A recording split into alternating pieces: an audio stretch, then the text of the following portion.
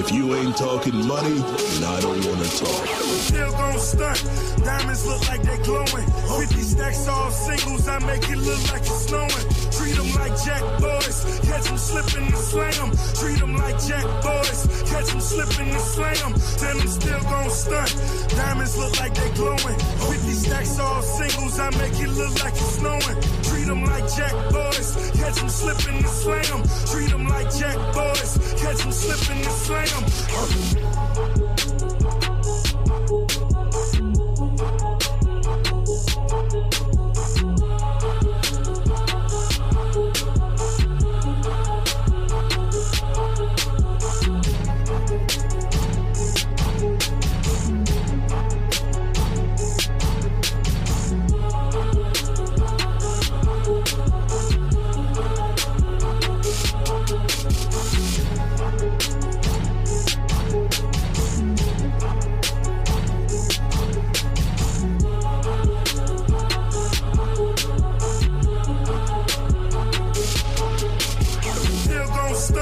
Diamonds look like they glowing. 50 stacks all singles, I make it look like it's snowing. Treat them like jack boys, catch them slipping and slam. Treat them like jack boys, catch them slipping and slam. Tell them still gon' stunt. Diamonds look like they glowing. 50 stacks all singles, I make it look like it's snowing. Treat them like jack boys, catch them slipping and slam. Treat them like jack boys, catch them slipping and slam.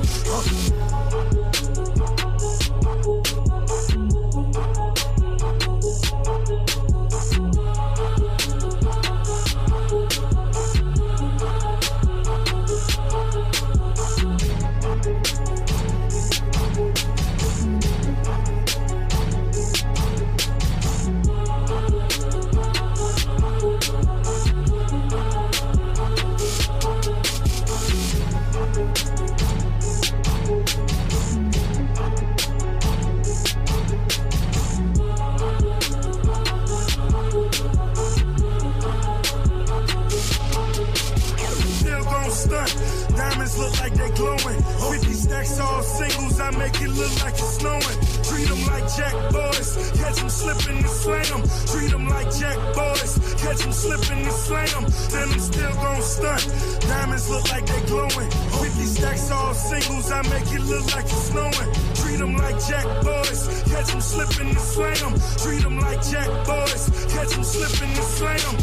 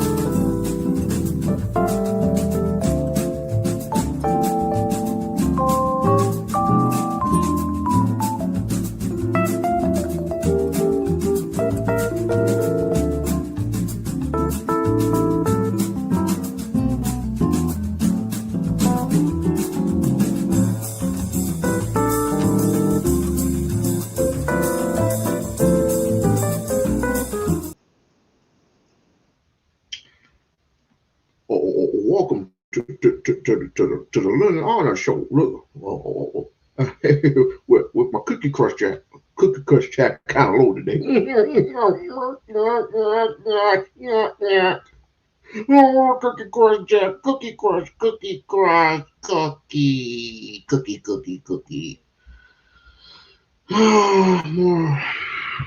More of this bullshit. Here's the thing. I could have done a series of stories. That are way more important than this low-life scumbag that just keeps following Umar around everywhere that he goes. And now that he is blocked on Facebook or Instagram, he can't get those Instagram stories. And Now is making up stuff as he goes along, but I'll get to that in a minute. But I could have done a series of things.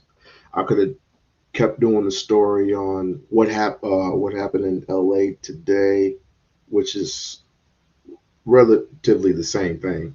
You know, it's like I would say 700 Marines deployed in LA. Someone told me that the National Guard pulled out. Now it's just the police and the Marines, which I say still good luck to that. Good luck to that. That ain't none of my concern. That ain't none of y'all's concern as far as I'm concerned. They're trying to mash black and brown together, which I don't see it because number one, y'all got attitudes. And y'all hide behind y'all little your white slave language, which I get sick of that. I get sick of this shit. But now it's like I don't have to deal with none of that. I don't have to deal with it. Then I could have done plenty of stories. Oh, before I go any further, um, uh, my condolences once again to Tanya and her family. I know she had a loved one lost to us, and I just want to say you have a place here on We-On-Loc Nation land. You have a place with me, uh, Andrew. You have a place with me always. All right.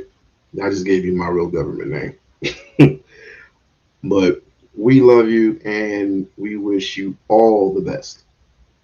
We wish you all the best. But back to this. I I could have done a story of what happened last night, where this idiotic fool decides to go to one of the casinos downtown here in Las Vegas and just happen to shoot a person. Wow. And then run out the building and hijack not one, not two, but three cars with people in the cars. And I could have also done a story about some famous YouTuber that got it on the Las Vegas Strip. Like him and the girl that he was with at the time, I don't know if that was his fiance or not, got shot in on the strip in Las Vegas. I think right by the Bellagio, right by the Bellagio with all the waterfalls going up and down. I could have done a story on that, but the fact of the matter is, y'all don't support those types of stories. Y'all don't even support the most positive story ever told. Y'all support chaos. Y'all support men versus women, women versus men, you know, fights and Vegas. You support those type of you support that type of shit. So I'm gonna give you what you want. I'm gonna give you what you want, and this is not even controversy. This is comedy to me.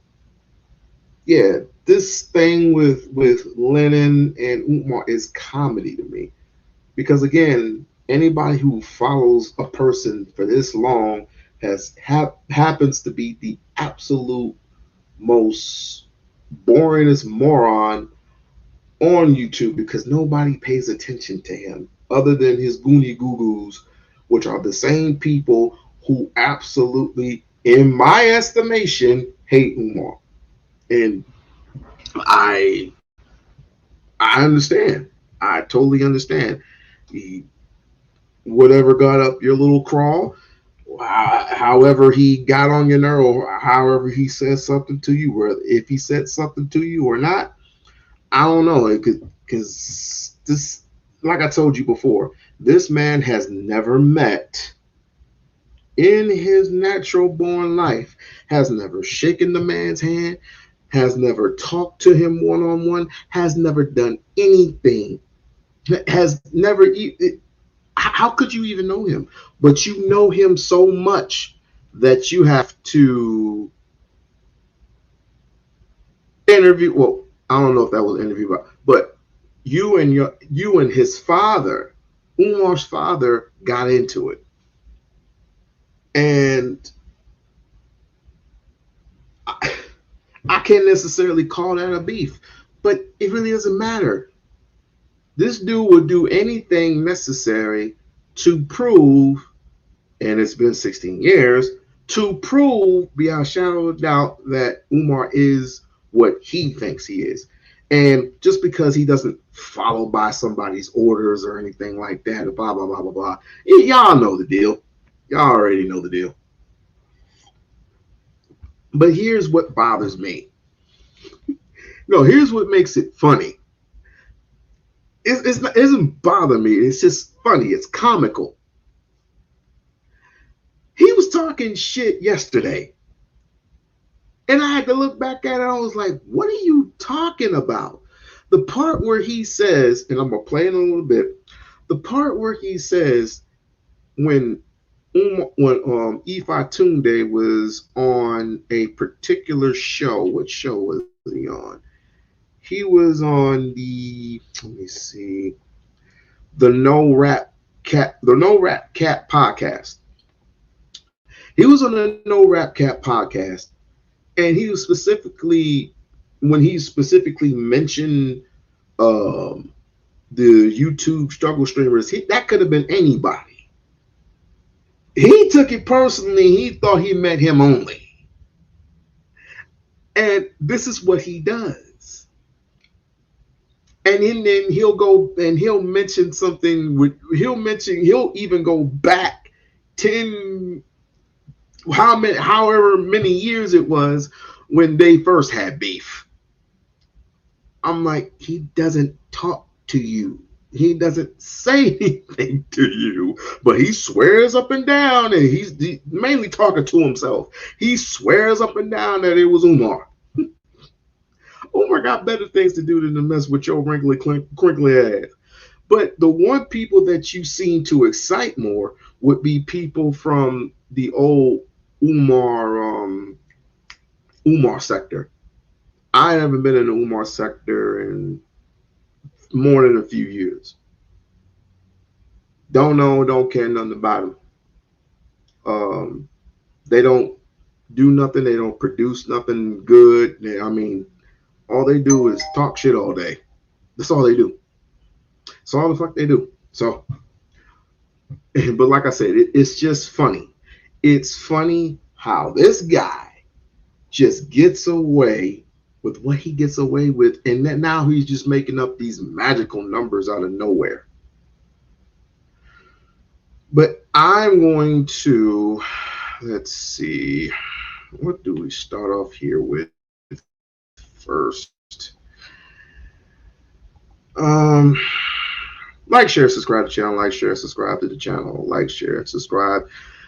And by the way, if you're ever in the Los Angeles area, they do have a curfew. So it's like an 8 o'clock curfew, but no one cares. No one freaking cares. So if you're in the Los Angeles area, just be careful. Just be careful. And if you're black, do not participate in none of that bullshit. None of it. It's not our fight. This is just stay away. Just stay clear away. Fair use. This fool here. See, now, Umar, if you shut your fucking mouth and not been talking crazy on that show, because everybody know you was talking about me, talking about the Cookie Crush chat, I wouldn't even be doing it. See what I mean? Right on time. Right on time. He was mainly, let me see if I got it. Let me see if I got it, because this dude just ugh. He owns the sword, the gun. I don't know if I would have made it this far. Anything that has to do with war, is things that jumped out dollars, which we never broke a mill, right? Go ahead and find it. Watch this. Done with the paint. We're done with the Coming out Floors with these and ridiculous classroom numbers. locks. Yeah. Doors. Because we He's coming out with this ridiculous numbers. He said that Umar has collected $2 million. Where and when? still got to replace the girls' bathroom door, the boys' bathroom door. We got to get all the rooms rekeyed. Which is very easy. Right? 16 rooms? More than 16, but 16 got to be done with the floors. Okay. And we got really the floors, because the locks, that ain't too big of a deal, right? We got to get the floors done. The problem is the YouTubian struggle stream has been telling people I collected millions of dollars, which we never broke a mill, right? Where does it say your name? Where does does it say your name, idiot? Where does it say your name? He ain't mentioned your name. He said, well, LENON said we made over 3 mil. But he wants to include himself in that, so he can say to his cookie crusher, because he's running out. He's running out of things to say. He just keeps repeating the same old rhetoric, which nobody cares. Nobody cares. Nobody gives a shit. Nobody cares about you. Nobody. But you keep muttering the same shit over and over again. No one cares for you, dude. Stop putting yourself in that. Nobody cares. You're going to keep going and going on and going and going and going until your heart stops. I'm not advocating for violence or anything like that, but you're gonna keep going, and you can keep mustering this thing on until you end up in the hospital, man. This is serious. I'm surprised he hasn't sued you for slander. Shit, I would. Let's continue. He ain't say nothing I'm about gonna drop an N-bomb. Umar, I just proved it. We all proved it. Hit the one. Shit. $2,337,954 based on your own words and IRS filings.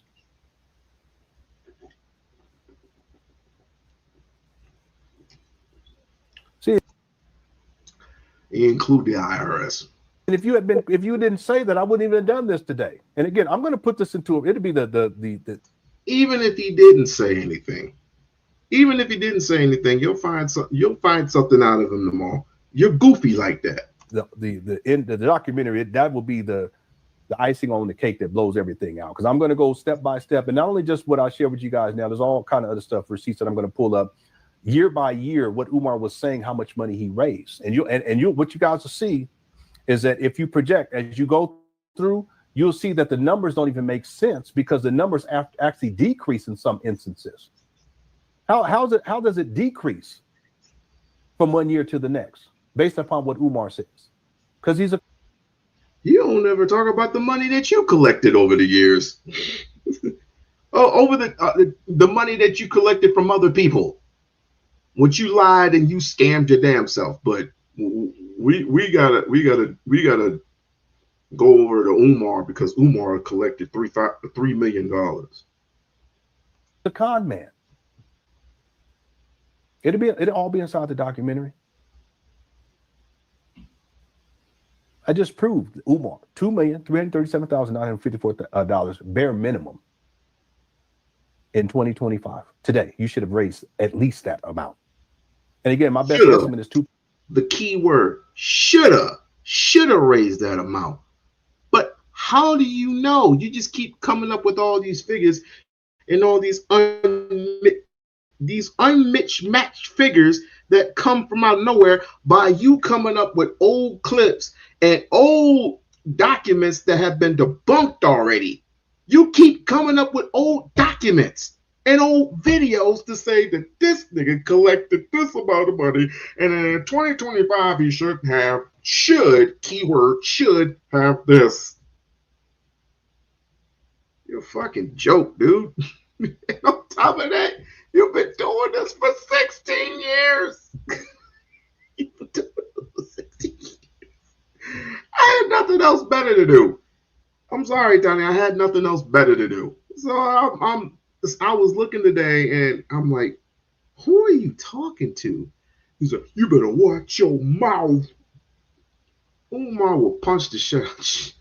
Umar's not a violent person, but Umar and Lennon were to meet face to face, he'd probably slap the shit out you. Call it. All you're gonna do is call the police. That's all you're gonna do is call the police. That's why he don't deal with stuff like that. You don't. So your best bet is to what? Debate him. Just debate him. And Information Man, and no disrespect to Information Man, I love the brother. That's my brother. But you have to be just as fair now. You may or may not prove numbers, but even so, no one cares. And you only do the minimum of videos about Umar, which makes you less creepier than this guy. You have to acknowledge that, dude. I'm talking to you, Information Man. You have to at least acknowledge that you're not as creepy as this guy, Lennon Honor. But you drank the Kool-Aid, bro. And I'm just saying, you're my brother and I love you, but dude, think about it. I don't even do this to my worst enemy.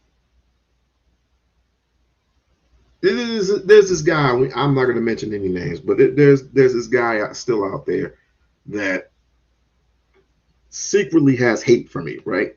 Which I could give a shit.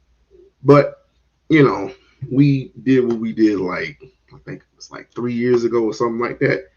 3, 2, 3, who's counting? And, I was the bigger man, and I came out and apologized to him because I didn't want this to linger on. I didn't want to linger on at all. But I knew this was going to be used by a certain video was going to be used by a certain individual. Something told me in the back of my mind, I said, I was being set up. And so, we don't talk or nothing. Every time I see him in the chat, if he says something, I don't acknowledge him. But I never made not one video about this guy. Not one. This dude is comical. He's funny. He is a funny guy. He really is. He really is comical. And he's sweet too. He has a sweet tooth for Umar. I guess he let that white man go, huh? I almost forgot until D. Durrell said it when I played the clip of D. Durrell saying it. I'm like, I almost forgot he was semi involved with some white guy. I don't know. I don't. Whatever's clever with this guy, bro. But I guess they had the receipt. Shouts out to Stevens, whatever his name is. Stephen Stevens. Shout out to him because Stevens had the receipts. So, what it is. 2.6, which is not much. Remember, not much further beyond what's being said. There's people said 3 million. Yeah, it's possible. 4 million? No, I don't think so. No. Is it possible? Yeah, but it's not probable. I think it's highly unlikely. I give Umar the benefit of the doubt. See, he's gonna keep coming up with a number. You gotta question yourself, what happened to the $1 million? Possibly now is a little bit over $1 million, but it's not going up to 2 million. It's like for whatchamacallit that was here. I think it was Tuesday.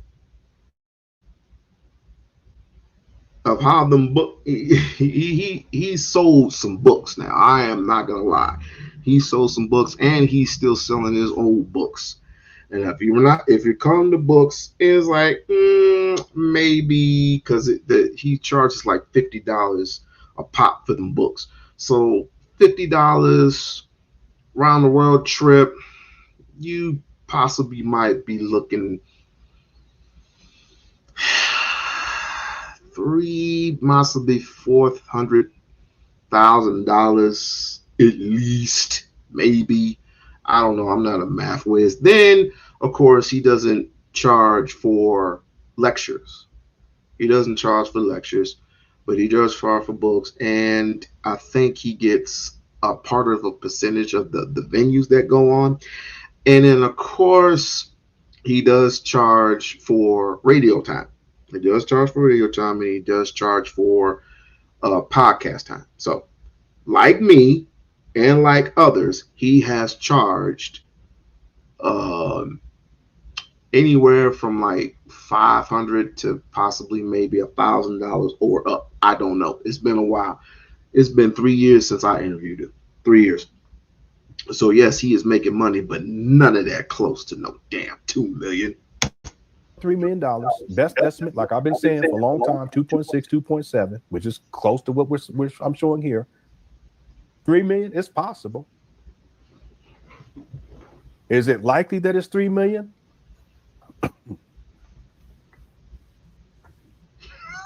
I wouldn't go that far. Is it possible? Yes. But I give Umar the benefit of the doubt. Okay. Benefit of the doubt. Listen to you. $2,337,954. But he gets on this radio show, and in 2025, he's still lying about how much money he's raised. That ain't too big of a deal, right? We got to get the floors done. The problem is the YouTubian struggle stream has been telling people I collected millions of dollars, which we never broke a mill, right? So Again, 2016, he said we got $1 million. We want we want another $1 million, which means that you already had $1 million. Later, he had, but then a lot of that money got deducted earlier on before it was 2006 to 2017, because Negroes like you were calling. I think it was GoFundMe at the time. GoFundMe. Y'all call GoFundMe and started deducting, and you can't collect those funds off of GoFundMe. You just simply can't.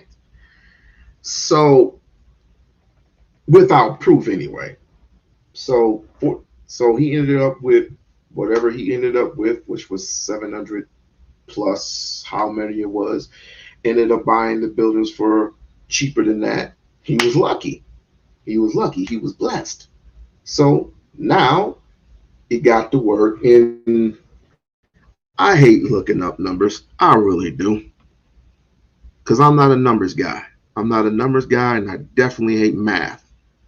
But by my estimations, by the time it was all said and done, by the time he got the keys and got all that trash and filth out that was in those classrooms, which is like 16, I would say 15 plus classrooms plus the gymnasium, had to put all that shit in the gymnasium, had to replace the roof, had to replace this, had to replace that. It was a struggle. And plus he was doing it all by himself. But this fool thinks in 2025, when you're basically doing work all by yourself, and no white bank, because with a particular bank, you can get all this shit done within a year, maybe two. But it's like we stated before, we're not depending upon white money. We're not dependent upon white banks. You're not going to understand where he's coming from. How many of you people are going to realize you can absolutely do these things on your own, but you can't trust each other? That's the thing. You can't trust each other without money. So it's very, very sad and it's very, very sickening. He said, we almost got him in. So we give him the benefit of the doubt back in 2016, 9 years ago. Let's say he had $950,000 back in 2016, 9 years ago. It's a little less than 9 years ago, 8 years and 10 months, 8 years and 7 months. You mean to tell me that since that time, Umar hasn't raised $50,000 since 2016, the end of 2016? So how did he come up with $2 million then? When he required the buildings in 2019, how did he come up with this big ass figure? How? No, he's raised way more than that. And we can just look at the IRS filings in and of themselves, or when he says that he raised about $125,000 a year. Anyway, every contractor I bring to the school think what? You got money. We rich. Right? So money. they coming up 75,000. see, he's making this shit up. This is what I mean by he's a pathological liar. What did he? He knows that he's raised more than $1 million, but he has. What did he already say? had $1 million. Later, he said, "We almost got $1 million." So we give him the benefit of the doubt. Back in 2016, 9 years ago. Let's say he had $950,000 back in 2016, 9 years ago. It's a little less than 9 years ago, 8 years. What is that in the background up there? I hope it ain't what I think that is in the background of Funk Time Plus Studio. Never mind. Years and 10 months, 8 years and 7 months. You mean to tell me that since that time, Umar hasn't raised $50,000 since 2016, the end of 2016? No, he's raised way more than that. And we can just look at the IRS filings in and of themselves, or when he says that he raised about $125,000 a year. Anyway, Every contractor I bring to the school think what? You got money. We rich. see, he's making this shit up. This is what I mean. He's a liar. What did he? He knows that didn't say. he has to concoct the story. Bare minimum $2.3 million. But then this is how he comes up with the excuse as to why the school's not done, because there's people who are saying, like Lennon Honor in the Cookie Crush chat, that I've raised more. I've raised more than $1 million, or that I've raised millions of dollars. And so these black contractors, see, he starts spinning this false narrative. He's a pathological liar, and he keeps going with it. And see, these brothers right here, they don't know the research. How is he a pathological liar when he just had contractors over a year, almost a year ago?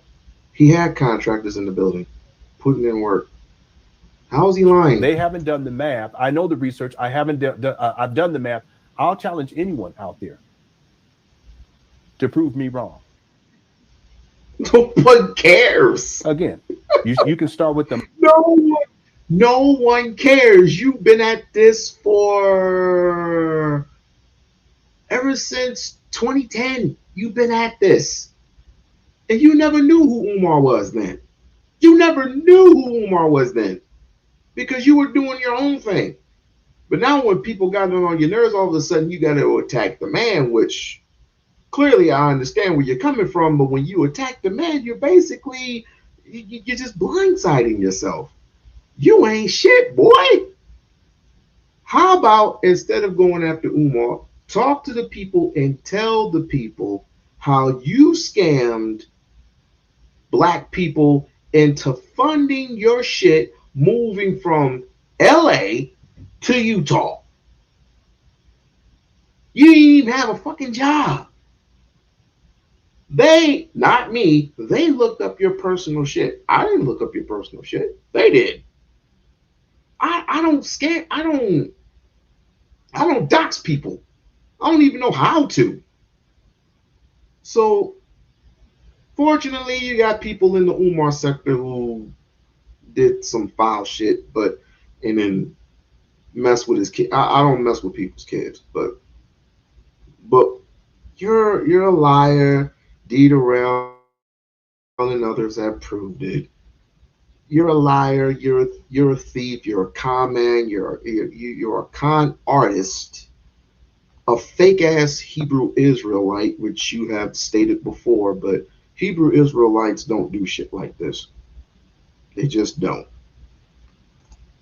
The Mike Nice interview in 2007. You can do the Roland Martin interview. I can't remember when the Roland Martin interview. I think it was 2018. It could be 2017, but you can start with the Roland Martin interview when he said $750,000.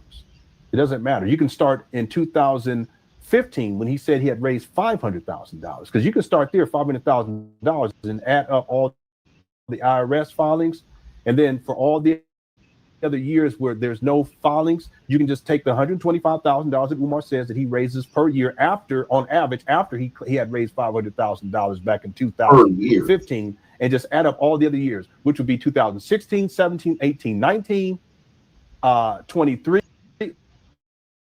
2024, and 2025. So altogether it'd be 6 more years. So you just multiply that by 125,000 and you add it to 500,000. He's right here. So it doesn't matter, because I can prove it I think I've proven it now maybe 6, maybe 7 ways now. What? I'd invite anyone, and no, really, it doesn't even make sense, because ain't nobody researched more than I have. Okay, I don't mean to be arrogant. I have all the receipts. Okay, the statistics don't lie. Because nobody cares. You're the one that you and Bubblehead. I can't believe Bubblehead gives it. You and Bubblehead are the only ones who are collecting interests in doing stuff like this. You are the only one. And then some other crackhead, we won't mention his name ever because he's not getting clout, especially for me. But you're the main guy that's doing this because you got embarrassed. You got embarrassed, not just by him years ago, but technically, basically, you embarrassed yourself by lying. You lied. As a matter of fact, this is a good day. I got time. Let's see what some other shit that we can get into, other than doing some other research, because you like to do research. I can do some research too. I'm challenging Umar to prove me wrong. See what I mean? There.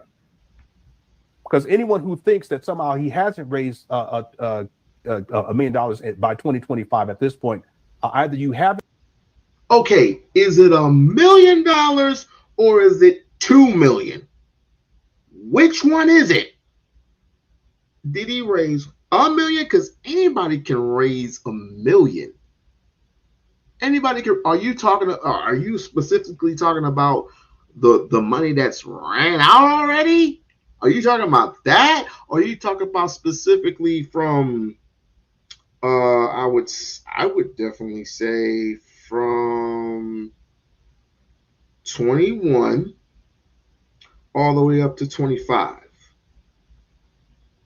So that 20 I'm fucking up. 22, 23, 24, 25. That's 4 years.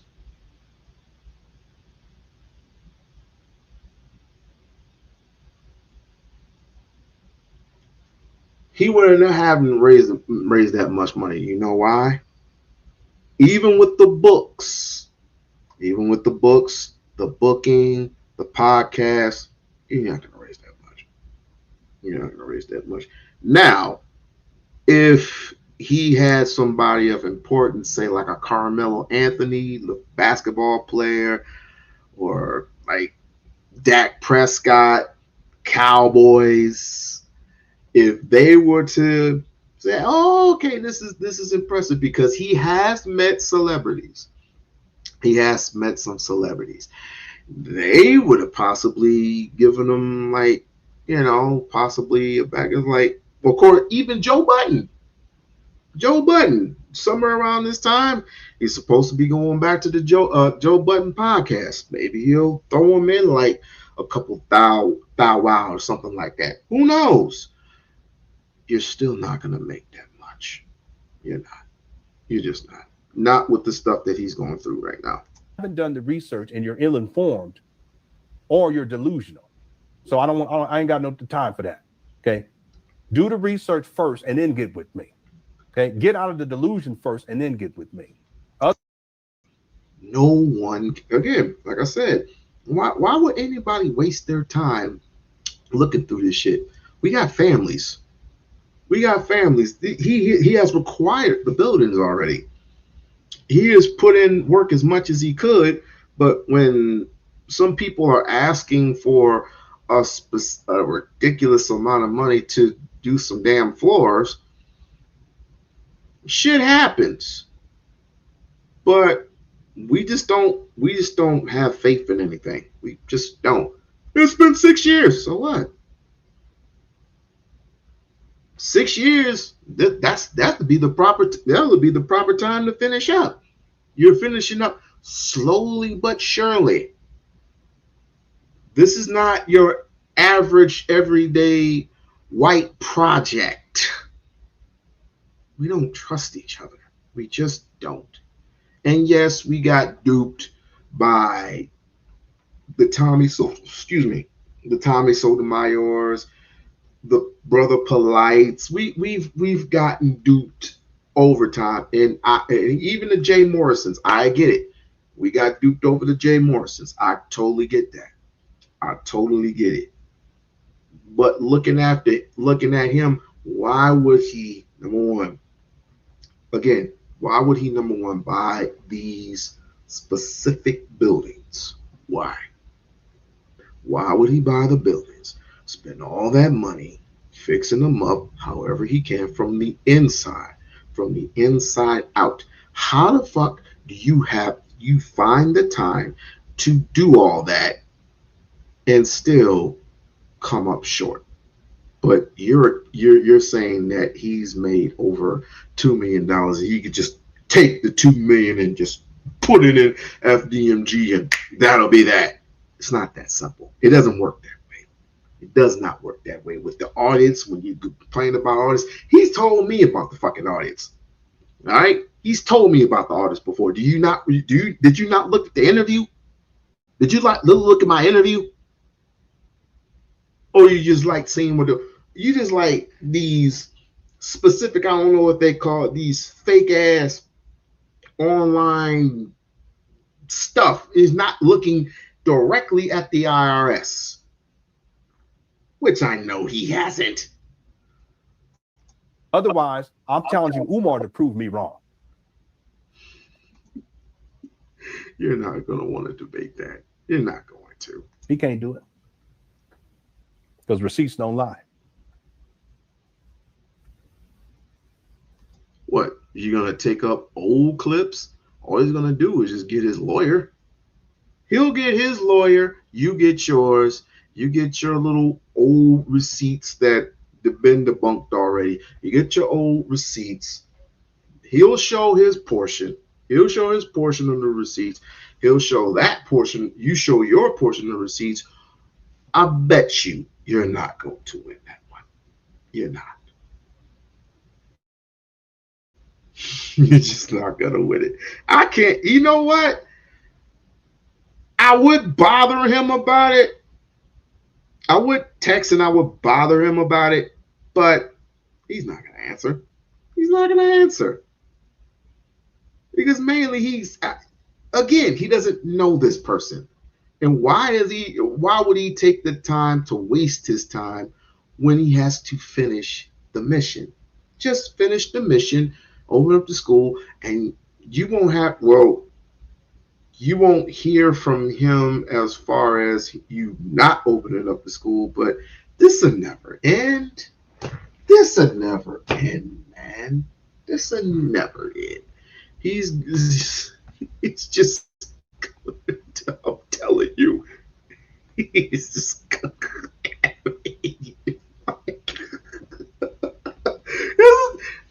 this is straight out of a comic book. This is straight out of a comic book, y'all. He will always have Umar on the brain. That's all he would do. Let's continue. This is stupid. This is stupid. Putting an extra war on it. You see what I'm saying? Have Umar challenge me. I have anyone. No one cares. No one gives a shit. They don't know we don't have that money because they listen to them idiots on the internet. Right? Claiming he collected $3 million. See him clicking and shit. I never said Umar collected 3 million. I said 2.6, 2.7, but I just that's close to 3 million. That Umar has raised $2,337,954 in 2025. He's telling people these brothers in 2025 that he hasn't even raised $1 million. He's a con man. See, that money, there's so much money that's missing. It's incredible. See, Umar doesn't want to account for at least $1,337,954. He doesn't even want to account for it, like he never received it. Oh my God, he's a con man. A con man to a con man. We're gonna be done. But 3 mil, both my schools be up. Yeah. What's wrong with you? But couldn't the books be open? Well, what about with $2,337,954? Could you at least got something started? Now the brother's asking, can the books be open? Listen what Umar said. To these potential investors, meaning I'd open up books to you to show you what we're working with, to actually show you where we at. Oh yeah, if I find somebody who got some real money, that ain't no problem. Right. But ain't nobody come to the table like that. You feel me? Have you brought it to them though? It hasn't been a need. And the reason there hasn't been a need. See this guy? And it hasn't been a need is the donations that we have received have been sufficient for us to get the job done for the small school. In other words, it didn't take that much money. He took how much money he had left to put it into the small school, but it kept getting delayed because of certain unnecessary things happening. And it wasn't him. It could be safe to say that we can blame an actual person that goes around the school that is homeless, or supposedly homeless, I don't know, a guy that keeps vandalizing the school. I mean, think about it. We've dealt with this time and time again. Tiffany's my witness. D. Durrell's my witness. D. Speak Easy's my witness. Pillsbury's my witness.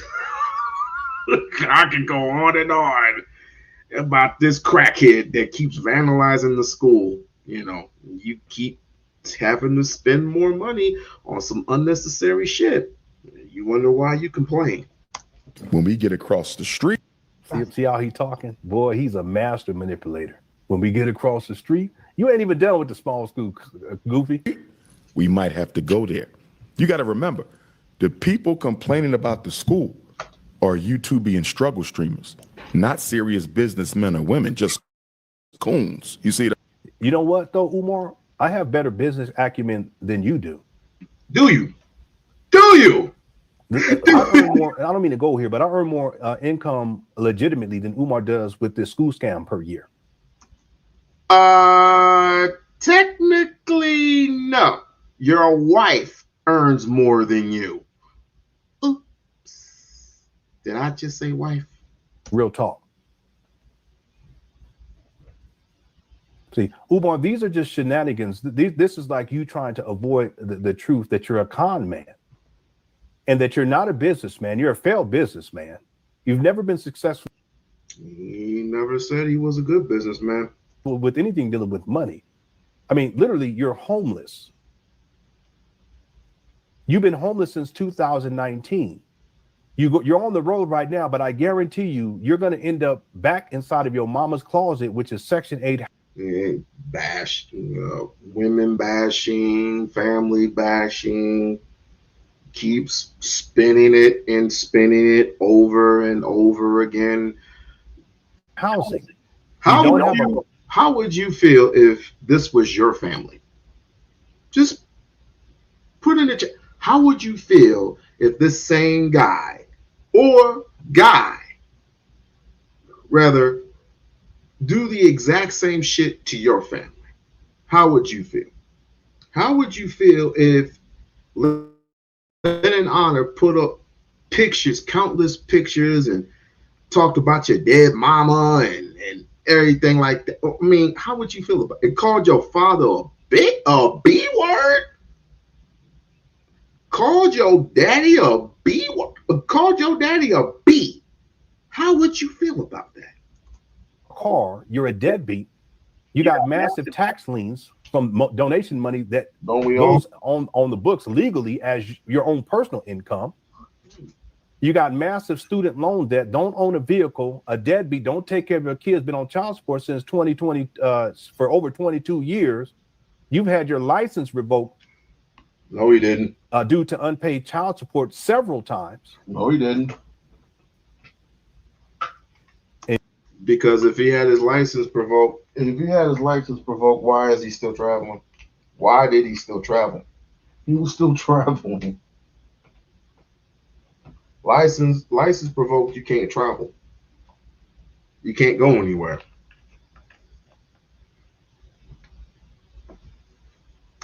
And yet, I'm a struggle streamer. See, and it's really not about me. I really, what it is, Umar, is you being unwilling to deal with the reality. Oh, great. Now you want to act like a whole bitch. You want to act like a whole, no, I'm a struggle streamer. You see, Anissa can get away with that. That's his daughter. You're a nothing, a nobody, a nothing, a peon, a piece of shit, something that I step on every day. An insect. We don't know you like that, nigga. Of your situation. Okay. You're a lifelong loser, and where you're at in life today proves a lifelong loser, and he's traveling the world giving lectures to not only young kids but kids all around the world, has done lectures about children for the 20 some years, has been a former principal. If he could, let's just say he gave this shit up right now. He's going back to school to get his to be a defense attorney. He has the credentials to do that. And then boom. Where's your credentials at? Where's your degrees at, sir? Sir. You didn't want to put in no work. You didn't want to work. According to the information that I have, you didn't even want to work. So what does that say about you, idiot? It to be the case. Yeah, you get dressed up, you get manicured up when you do these podcasts, but then you return right back to your Prince of Panpookiaism. And you be looking smoked out, you be looking all dirty and filthy. Real talk, living and live streaming. You see, this is what happens when you can't win. This is what happens when you can't get attention. This is what happens when you can't get Umar to stroke that bald head of yours. Pause. Stroke that bald head. Aww. You feeling lonely? Oh, I thought you were married. Oh, what does your wife think about this, man? Your kids damn near grown. Why don't you take your kids to the park or something? Enjoy life. Oh no, you need the money. So you're gonna keep continuing the cycle until you get the money, because this is not a good investment. YouTube is not a good investment at all. So you're gonna do whatever it is you gotta do, right? You're gonna do whatever it is you gotta do to keep the rackets going. You just keep racketing. You just keep racketing up money by telling lies on an individual, on a person that you have never met in your entire life, but you act like you have. So you mainly talk to him like he's a child, and you said, we told him to do this. You, along with the cookie cream chat, didn't tell him to do shit. In your mama's closet, raised bare minimum $2.3 million, and you living in your mama's closet. You're the ultimate struggle streamer. You're the struggle scammer. See? Let's be real about this. Umar Johnson. We almost done. I'm saying, who've never donated. They just don't want to see it successful because it's me. Right. You No, got nothing to do with that, Umar. That's the narcissism and making excuses. Like I said in the beginning, he always can just take 2014 to 2024 of Umar raising money at $125,000 a year, which is 11 years, and you get to $1,375,000. But wait a minute. You said, how do you go from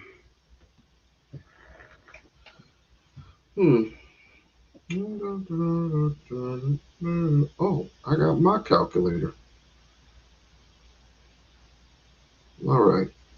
So how do you go from, if that's the case, I don't know where you get 125 from, but let's just say 125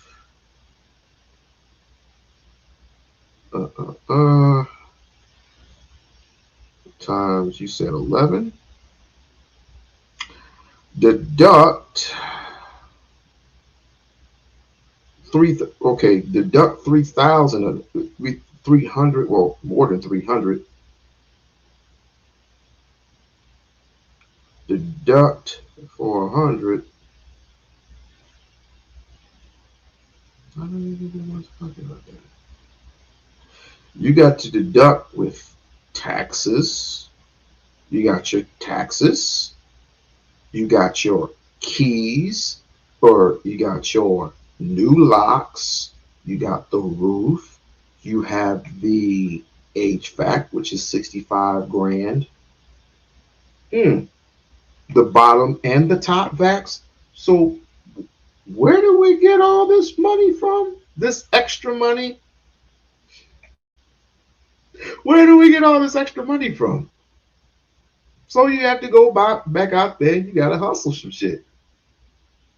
But this is some positive hustle, not some street hustle. This is some positive hustle shit. You got to do what you got to do, Jack. Niggas just a hater, don't even know why. But again, how do you come up with your figure? How do you come up with your figure? Yours. Not anybody else's, yours.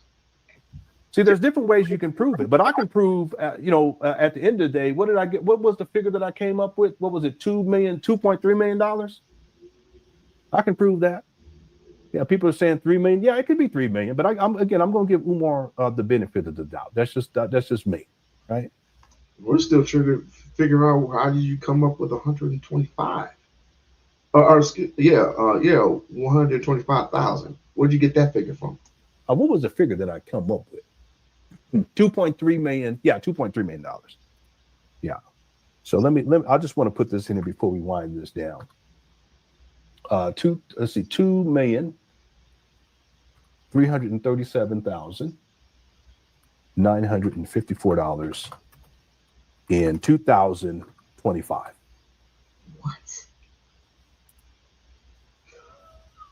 What? Uh-oh, it's not letting me post it. Did it go? Oh, there it is.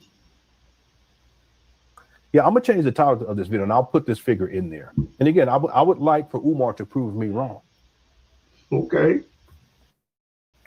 But in the future, what I'll do is we'll do a show, and we'll go and rehash this, and I'll make it very, very concise, and that way people can just come in and they can watch. It'd be a 5-minute, 10-minute presentation, and then they can see the stats and see the statistics. They look at the figures, and then they can keep it moving. Okay. Let me play whatever else he says right here. Then we wind this down. Thank you guys again for tuning on. I'll get the super chat. You got people that, like you say, that never donated, but they talk like that to you. Like they talk like they're on that type of time. Yeah. Yeah. He did. I can pull that up too. Yeah, he said he had raised 200 in 3 months. Yeah, I have that. In fact, let me see if it comes up quickly here, because if it does, I can pull that up for you guys right now too. 3 months. That still doesn't come up. It's not coming up there that way. Let's look up 200,000. It still doesn't come up to 2 million. I have it in 2015 where he says he had raised 320,000 so far, 88,000 on GoFundMe and 200,000 in the bank.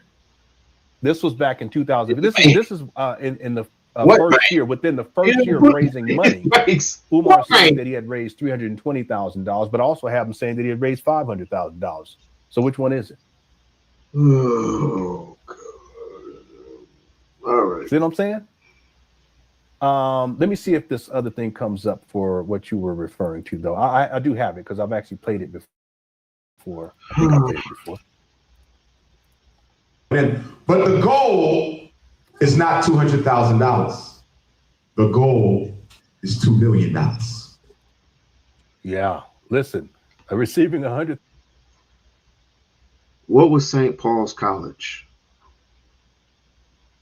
What was St. Paul's College? St. Paul's College was 215.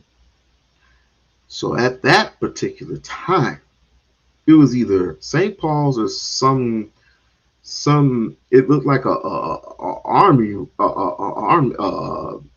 army college or something that was abandoned, and that was over $2 million. But you get what you can get. $1,000 per month for 11 years would amount to a total of 132 million. Pretty Brown Eyes, this is that video right here. Thank you.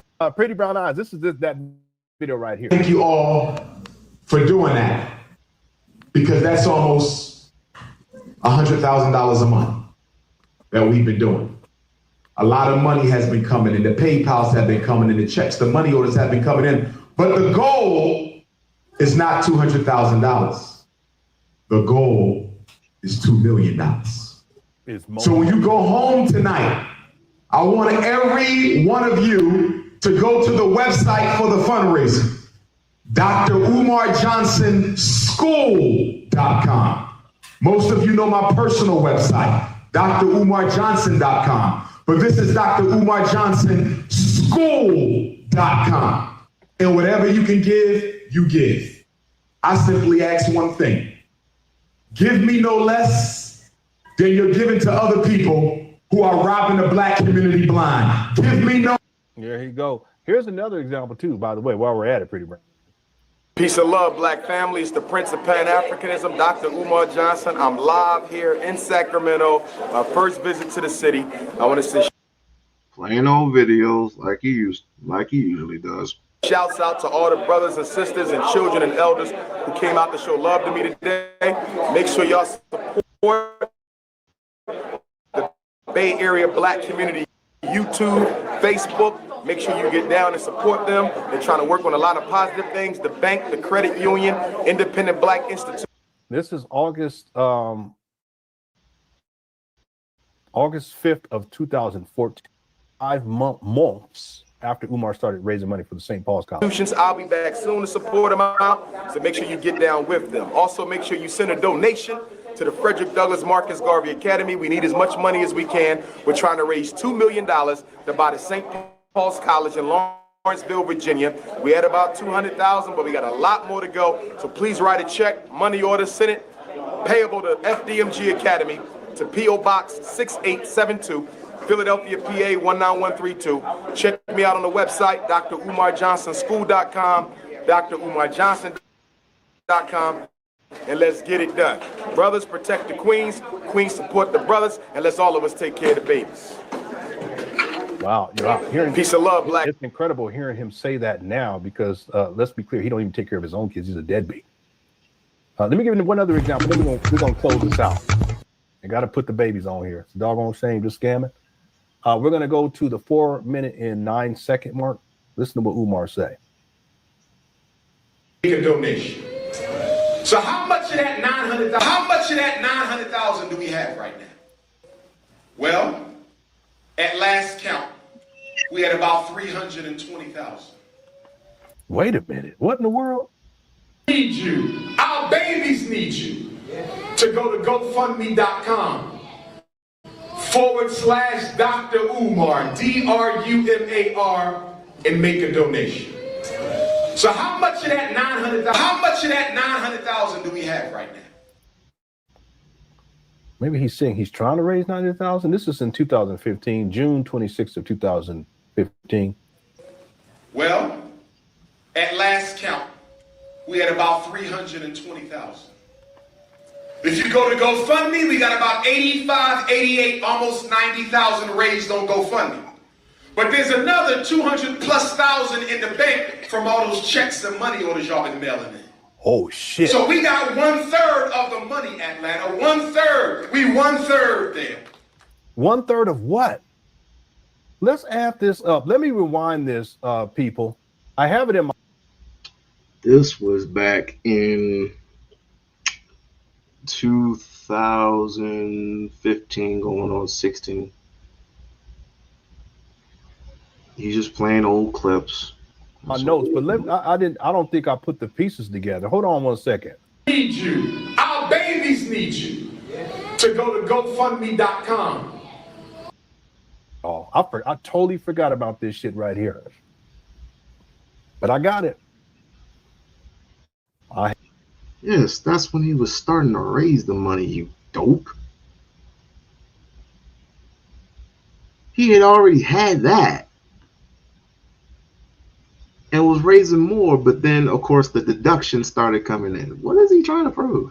I have the receipt. This will be in a documentary, because what I'll do is year by year and month by month, whenever Umar gives an update, and of course he has this. So no one's paying too much attention to that. No one's paying attention to that at all. He just opening up old wounds.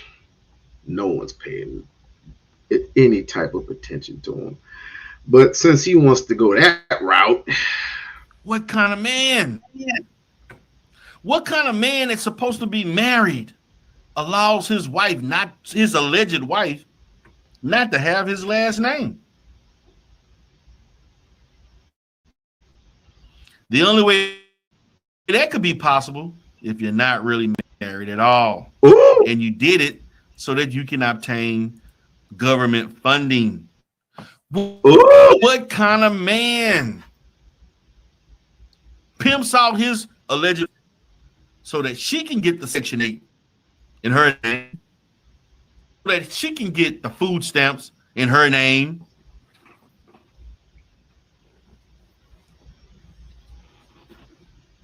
What kind of...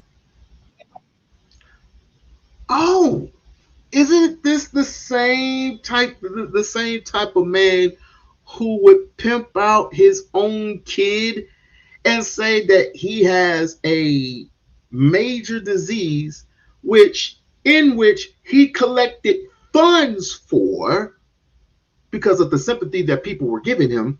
He collected funds for this particular kid, his kid. I don't know if it was the oldest kid or it don't even matter. This boy, it was a boy. This boy said that this child had a major disease. He had cancer. A lot of people take this shit serious, right? So they started giving him money. What type of a man would lie on something as important and it's as delicate as cancer, and then later on says, oh, so he doesn't have cancer? So why don't you just give the money back? Oh, you talking about that? Talking about a coroner. Man. What kind of man allows a woman to lead his household? Because ain't shit in your name. You're responsible for nothing. You are accountable. You are not accountable for anything financially in that house. What kind of man?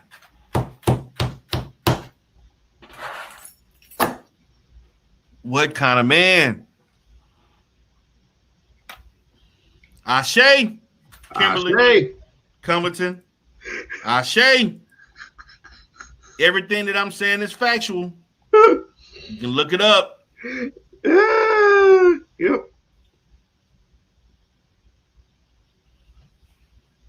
What kind of man gets record, and I mean record, profits, donations, cash apps, super chat, AdSense money, He said that Umar and he doesn't offer his subscribers anything in return. When the last time Lennon Honor did a giveaway? Good question. What kind of man? Good question. When is the last time Lennon Honor did anything? That was, and you're right. According to MJ, he subscribes to the concept of race when it benefits him. Yep. But it didn't benefit him because nobody was paying attention. You're right, Mommy. Seems like he has so much resentment towards black community, and anytime he talks, it seems to be from such a hateful place. But what kind of man is mad at his father? And he subliminally is mad at Umar because Umar reminds him, because Umar has masculine qualities,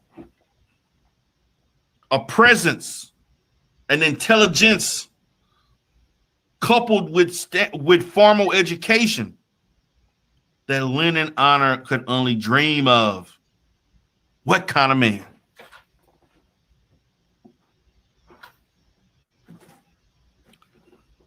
You have the audacity to question a man with 6 degrees when it's taking you damn near 10 years to get 1 degree. What kind of man? What kind of man? What kind of man?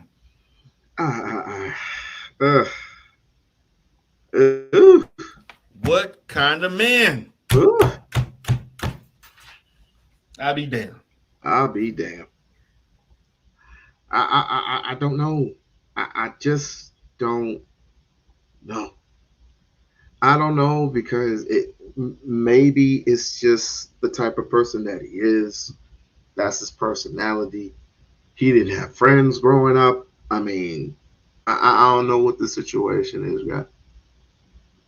I don't know what the situation is. Of course, I don't know.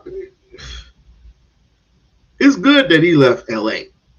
It's good because what's going on in there right now, I wouldn't wish on my people on that, although our people know what we've been through.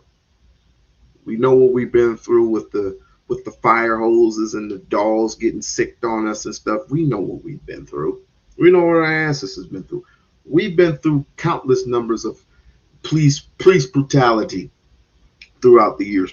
We know what we've been through, and we're not shocked and we're not fazed by that. But these people that haven't been through nothing have benefit off the backs of our pain and are getting paid for it. And you expect us to follow suit and follow y'all down a deep, dark path? Expect us to be on the front lines of your mess because you keep sneaking into a country that ain't even your country? You just keep sneaking in. It's not so much the Africans. Africans don't sneak in like that. Jamaicans don't sneak in like that. Only you Mexicans. If I'm going on a rant. So, like I said, I wouldn't wish what's happening right now with the military coming in and people that just getting locked up and being sent on buses to get processed and then taken out of here. Having their families split apart. Oh, having families being split apart sounds familiar. Remember, our families were being split apart during slavery, and no one came to our rescue. That is quite a bear. So now they're doing it to you, and you're fighting in the streets for what? Just to get your ass whooped?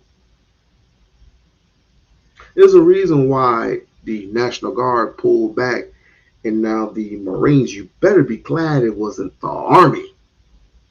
Army don't play that bullshit. Army just do not play. But let me get back into this. But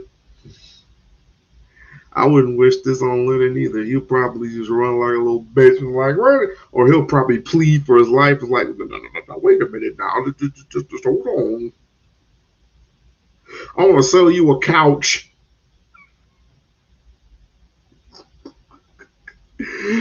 Oh, damn, I hate to play this again, but shit, this is too good. Disagreement or whatever.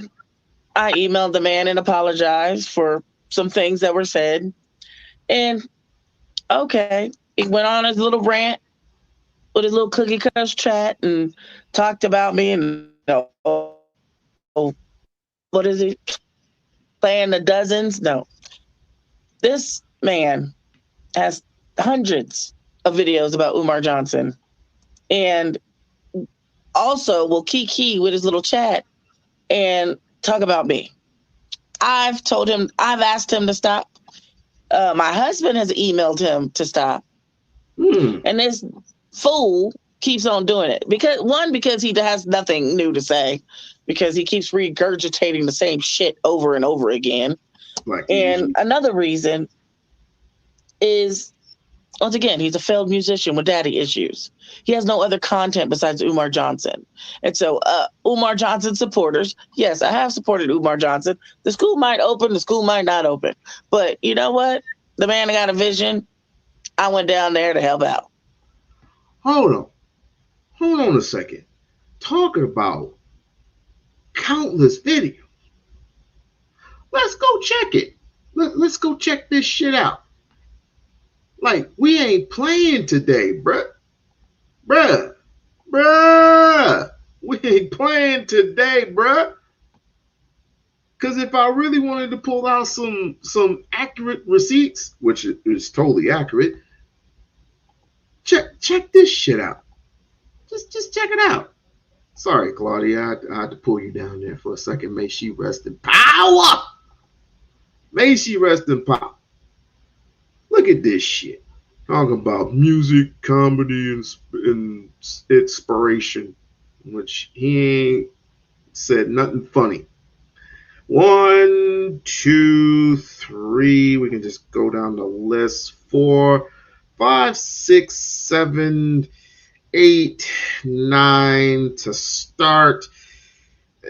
These are about his own dad. That's just creepy. He has over 458 videos and in counting. I mean, we can just go down the bucket list and just feast your eyes and just see how much. I mean, Umar gets G checked by who? Who did he get G checked by? Who did he must be talking about some caller or something. But anyway, you go down the list. I mean, you just go down the list of things. I almost had it. No, because he has Umar Johnson mentioned in this video, and he has Umar Johnson mentioned in this video, so we can go ahead and we can count those. And then on the bottom, of course, he has his failed little whatever the hell that thing is. Let me see. Journey. I mean, how long has it been? It's been 2 years. 2 years, and every now and then he will sneak in an Umar video. I mean, let's go to his live. Let's go to his videos real quick. Let's go to his videos. Let's see. Umar Johnson video. Umar Johnson video. Umar Johnson video. Umar Johnson video.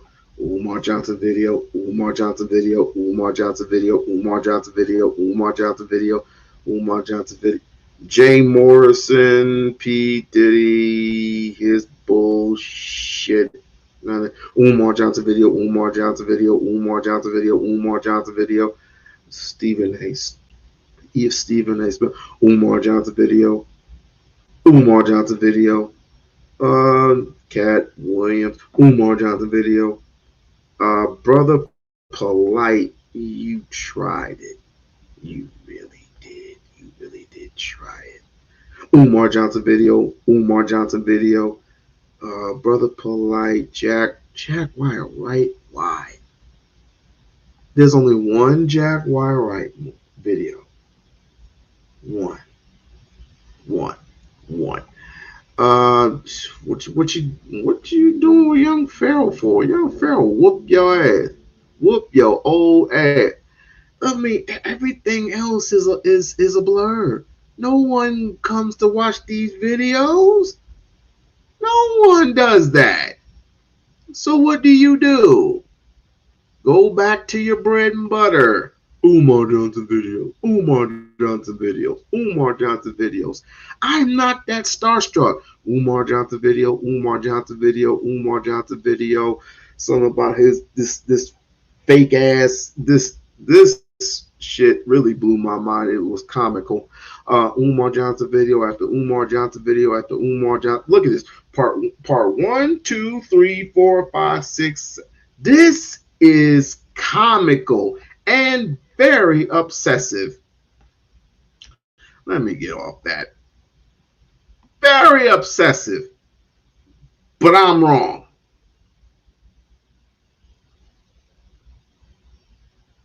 I'm wrong?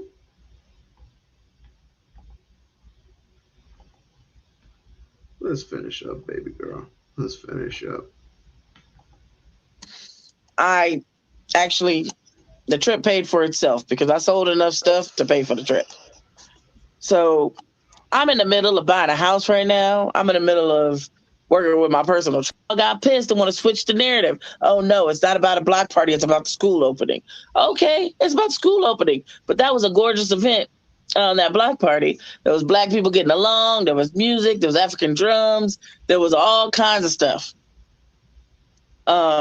I came home with a couple of items from some of the other vendors. They bought some items off of me. So like, I don't understand how majority of African Americans in this man's chat room are co-signing him, still continuing to say the same shit over and over. Because they're used to his comedy, which he's not funny. They're used to him. They hate who they despise the most. That's all.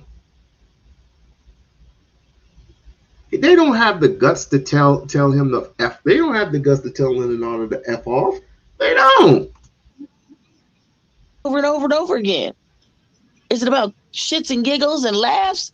But at the end of the day, it's about Lennon's pockets. He doesn't want that school to open because then he has no more revenue. He has nothing to talk about. Bingo. And that's all I needed. That's all I needed. That's all I needed was the truth. The truth will set you free. That is the truth. He needs to align his pockets. How would he come up with that crazy ass figure? He came up with two figures. One was $1 million and the other one was $2 million. Because even he don't know, because he's looking up old videos. He look up old videos and he's calculating. And I get sick of this shit. I get sick of talking about him. I really do. That's why I stayed away for so long. But you don't like shit like that. You don't like shit like this. So let me go to the actual, no, let me go to something that's a little bit more important. Because LENON would never do this. He wouldn't do it because he's so obsessed. He's so boring. to be perfectly honest with you. He's so boring. As a matter of fact, I will vow, I will try to never do another Lennon Honor video ever again. I will try to do that. Try to, because this dude is boring. He just keeps circling the block so many times, and then after that, you get tired and you just want to say, yo, get out the car, either let me drive or I'll take the fucking bus. Yeah, let's see. Something a little bit more important. 4 buildings on the street. So when you talk about buying up the block, that's exactly what we did. And we'll be the first school in American history built from the ground by Black people with no outside financing or donations to begin operation in a modern school building. It's never been done. Financed collectively by the entire African race. We receive donations from every community of Black people in the world.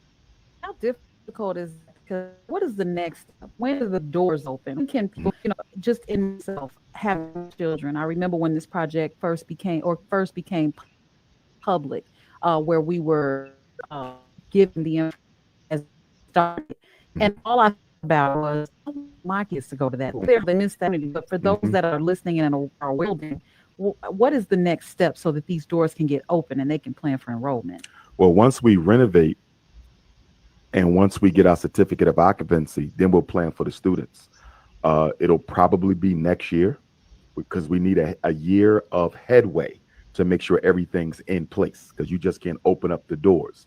You got to make sure you got a lot in place when you're dealing with children. And then we'll get started. As far as a firm start date, we don't have one, and I don't feel any pressure to give one. I think we're on divine timing.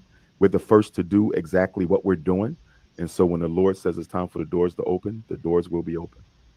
Dr. Umar, if I may ask, what can people expect to be different about the school, both scholastically and culturally? Great question. Number one, Dr. Umar will be a teacher. There's no other school on the planet Earth where your child's history teacher will be the Prince of Pan-Africanism. So I make it different. In addition to that, in addition to science, language, social studies, and mathematics, we will also have agricultural science.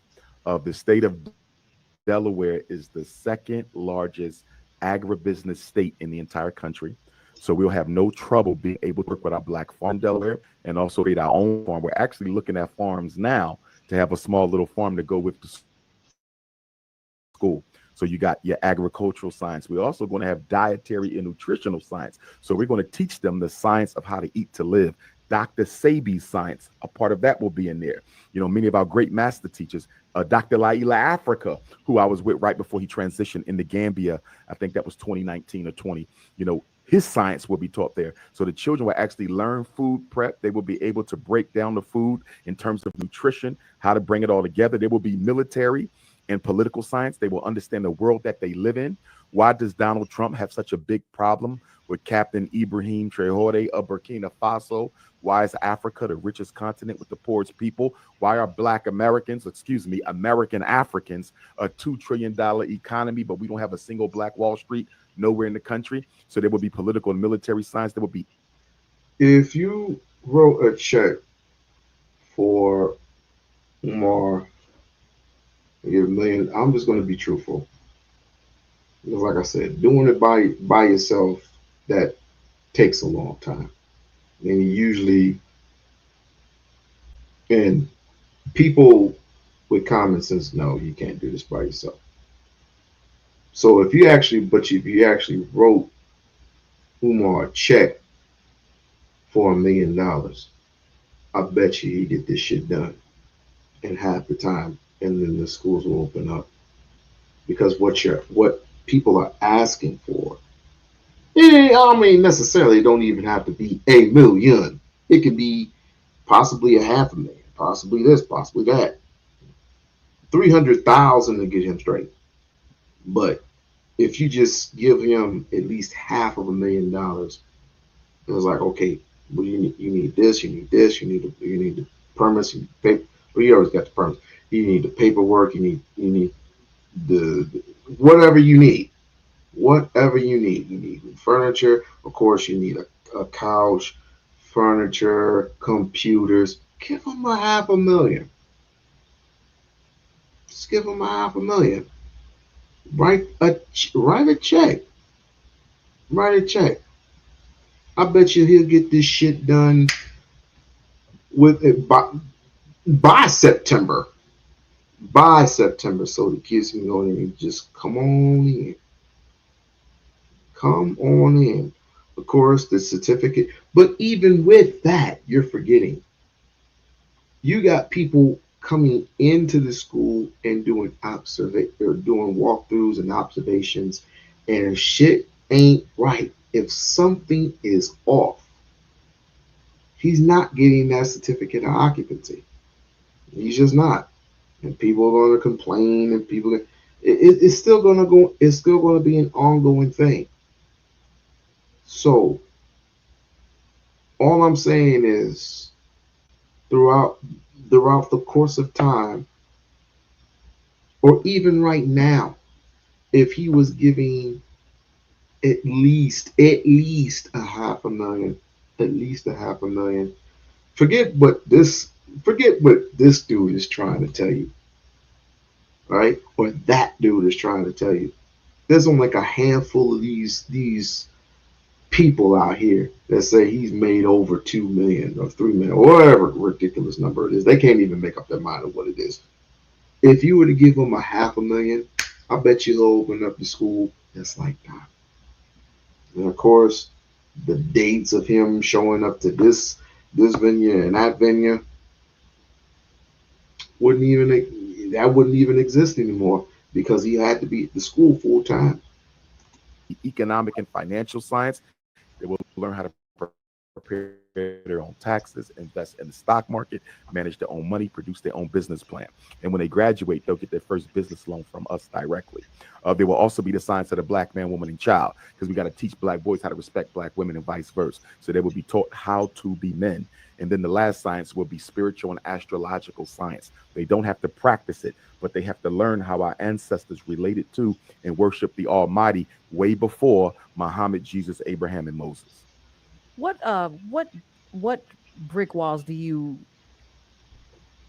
kind of expect to obliterate this? Because they don't want us to win, and this sounds like a recipe for winning.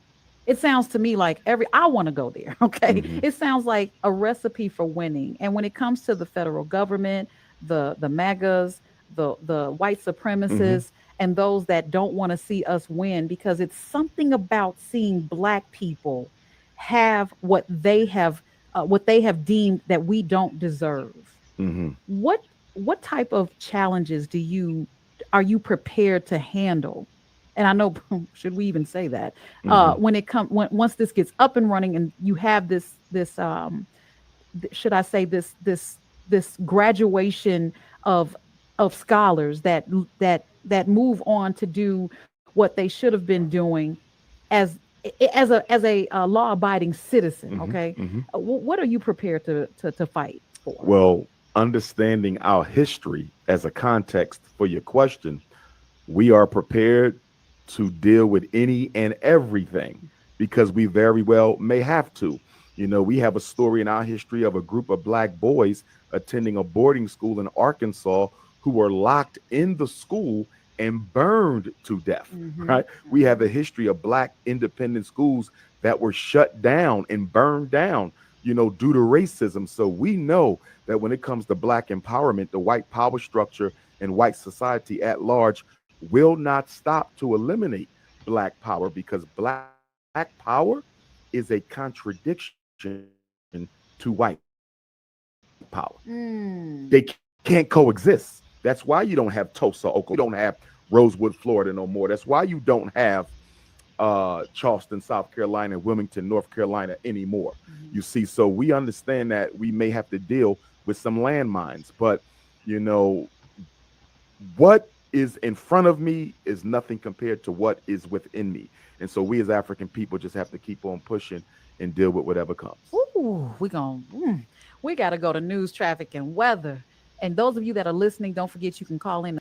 Avon, and then it's two new guys. Oh no! Don't you So, hate when they do that? Yeah, I'm like, what does it take to? Can you still call it after 7, or is that Kayvon and friends? Oh, that's Ifatunde. Yes, sir.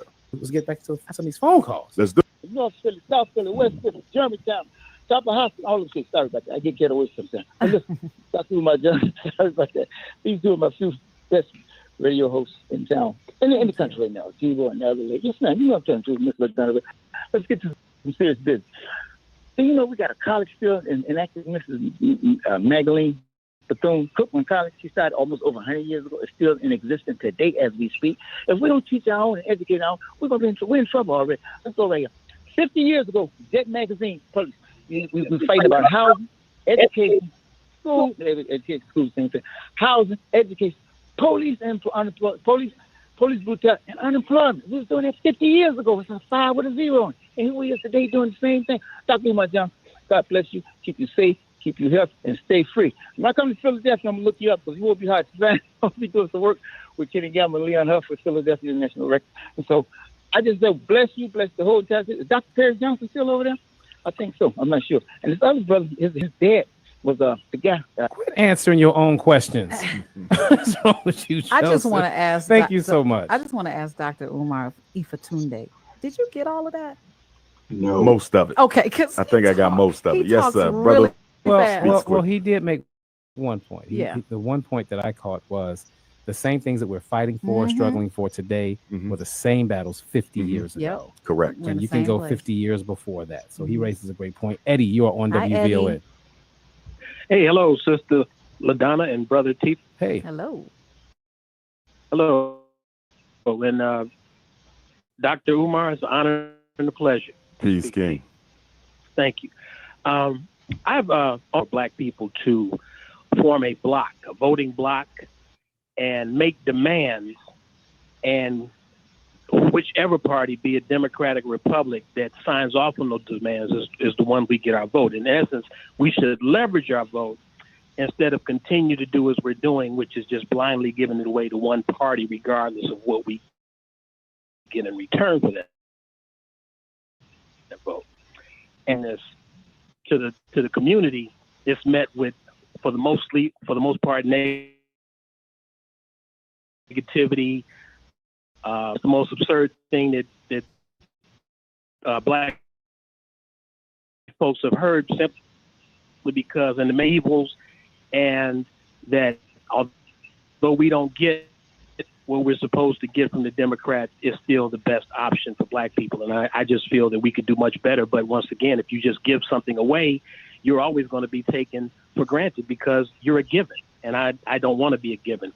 I just want to get your thoughts on that and your thoughts for Black people's. That's because we're lazy.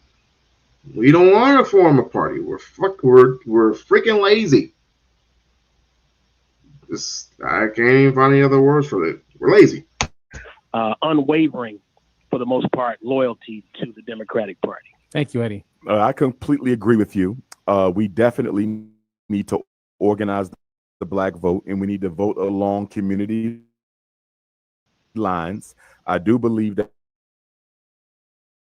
we're nothing but a political football, to use a Malcolm X analogy, that's being thrown back and forth between.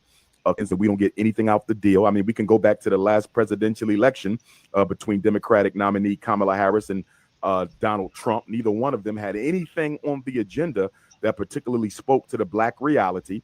And yet Black people still felt that they had to be loyal to Kamala or vice versa. And we got nothing out of it. We got nothing out of any of the presidential elections over the past 25 years, even because we do not vote as a group. We are a numerical minority, between 13 to 17%, however you look at it nationally. Being a numerical minority, your voice can still be heard. Your agenda can still be implemented if you stick together. The problem with us is we don't stick together. And we do got to keep in mind that there's a lot of Black bourgeoisies. There's a lot of Black elites in Chicago, in Philadelphia, in Atlanta, who are paid and who are well placed to make sure Black people don't get organized as well. So we have to look at the demon without, but also the demon within. If I may dovetail on that point with you, do you think then that the issue is that we are not unified in whom we vote for, or that we are not unified in what we demand, because it seems as if we're very unified on whom, I mean, for president, at least upwards of 90% support for Democratic Party. So the problem is that we are not unified in who we're voting for, or that we're not unified in our demand, in our ask. That's a great point that you're making, a great analogy. And I think it's a little bit of both. We're definitely not unified in what we're asking for.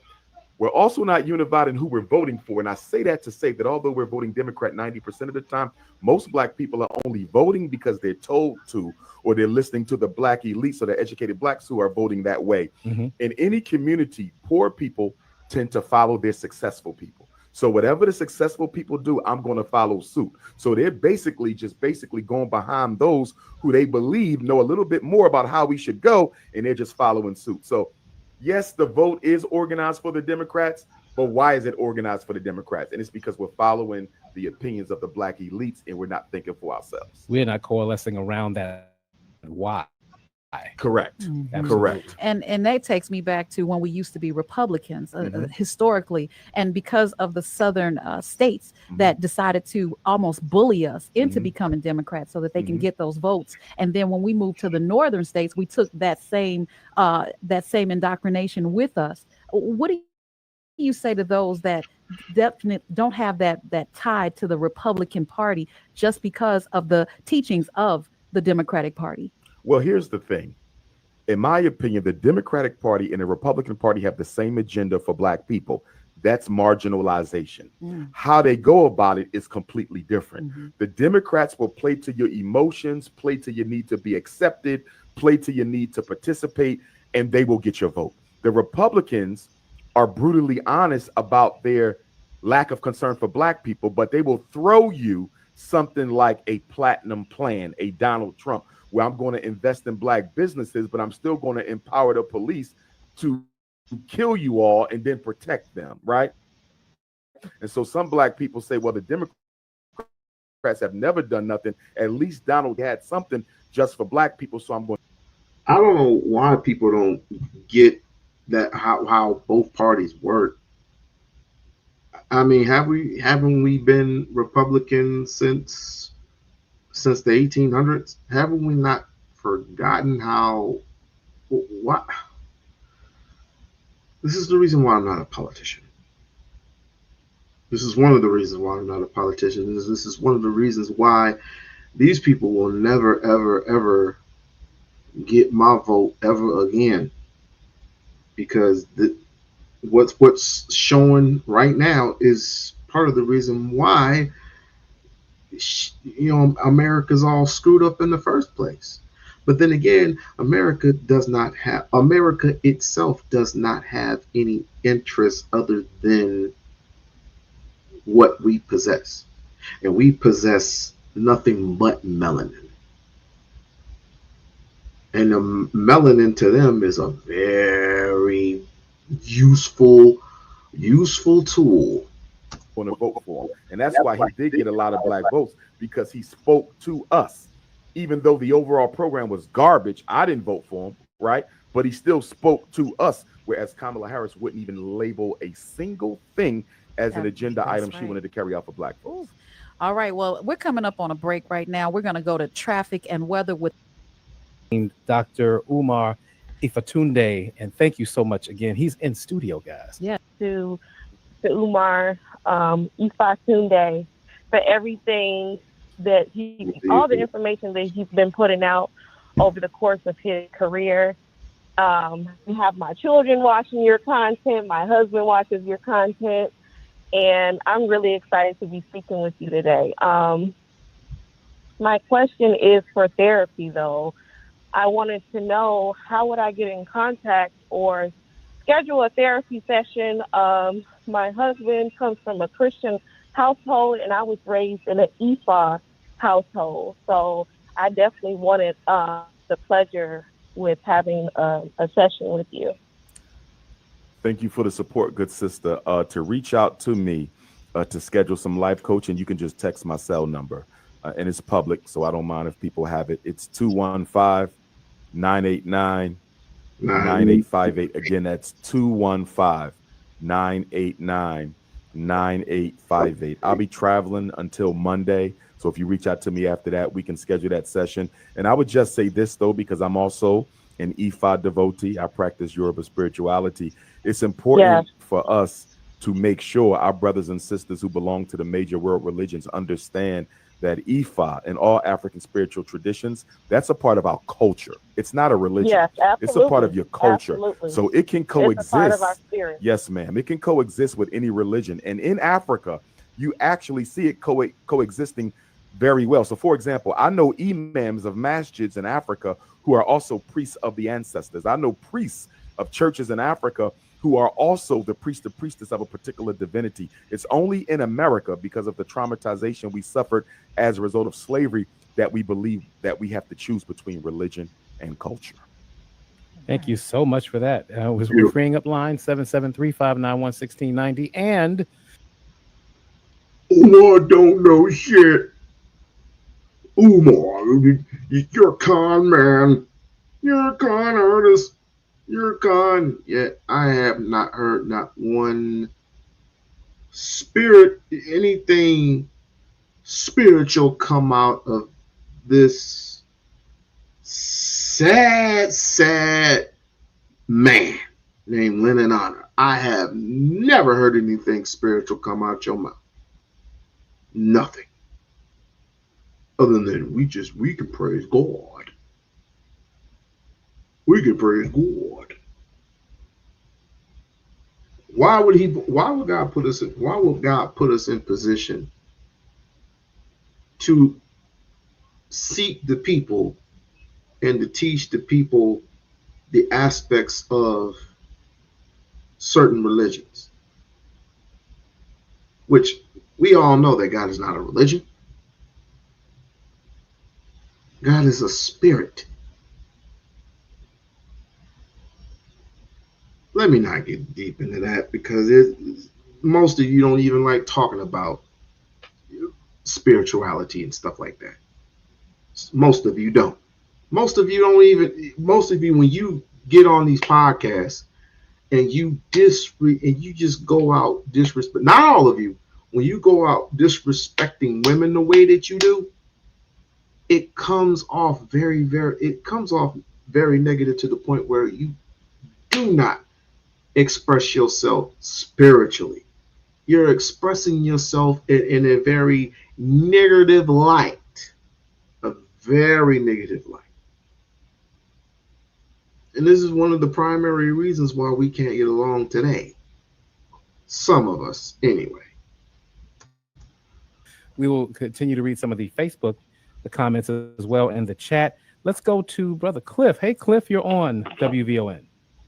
Hey, family, thanks for taking my call.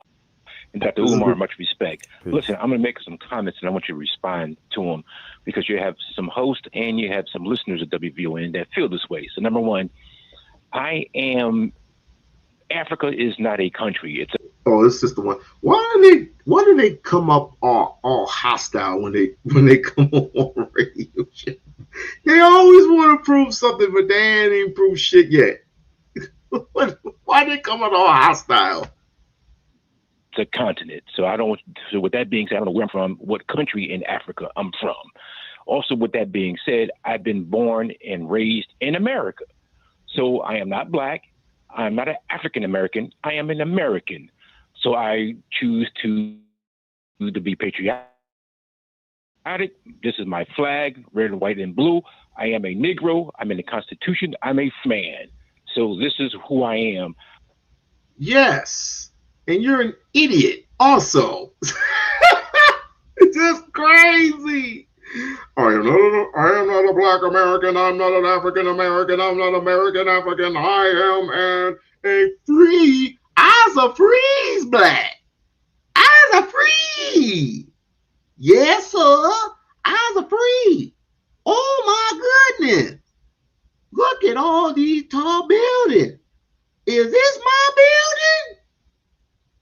Oh my goodness. This is my red, white, and blue flag. The same red, white, and blue flag that were hanging your black ass on when the Ku Klux Klan was shake, rock, rattle, and rolling. On you, dumbass. I am not an African American. Again, I'm not black. I'm an American. Choose to be patriotic. This is my America. There's a WVON that feel this way. So number one, Africa is not a country. It's a continent. So I don't, so with that being said, I don't know where I'm from, what country in Africa I'm from. Also, with that being said, I've been born and raised in America. So I am not black. I'm not an African American. I am an American. So I choose to be patriotic. This is my flag, red, white, and blue. I am a Negro. I'm in the Constitution. I'm a free man. So this is who I am. I am not an African American. Again, I'm not black. I'm an American. Respond to that, Brother Umar. Thank you, Cliff. Yes, sir. For me, the logic is completely ridiculous because America will turn 250 years old next July 4th of 2026. There's no race on earth that is younger than 250 years old. So everyone. We are the oldest majority class. We are the oldest bones on earth. The original man. We are the oldest. We are more older than your Bible. Oh, but let me not go too far ahead. Has an origin story that predates the creation of the United States. The ironic thing about black people is we're the only people who have term limits on our blackness. Chinese come from China. They've been here 10, 20 generations. They're still Chinese. Irish come from Ireland. They've been here 20, 30 generations. They're still Irish. Arabs come from Arabia. They're still Arabs after 200, 300 years. Black people are the only people who, after being in America for a certain amount of time, no longer want to be who they are and completely try to dissolve and hide themselves, within the culture of the dominant population. You will always be an African. Everybody knows you're African except us. Very well said. Let's continue the call. Was he serious though? But again, I appreciate those comments because if he didn't make the comment, we wouldn't have heard the response. I mean, this is the same thing that the FBAs do. This is the same thing. Listen. To be patriotic, just because you have some hosts and you have some listeners at WVON that this is the exact same thing that the FBAs do. The exact same thing. They have no connection. They don't want the connection to their lifeline, their lifeline, their bloodline. They don't want a connection to that. They want a connection to money. They want a connections to finances. that feel this way. So number one, Africa is not a country; it's a continent. So I don't. So with that being said, I don't know where I'm from, what country in Africa I'm from. Also, with that being said, I've been born and raised in America, so I am not black. Just because you were born and raised in America doesn't mean you are an American. Let me explain what I mean. If you are such an American, you would get access to X, Y, and Z without questions because you were being brought here by colonists. The same colonists, the same slaves, the same colonizers who put you with slave owners. Put you with these particular slave owners, and there were hundreds of you versus these particular type of people, like a handful of people, and they chose you per pound. So that means you were property.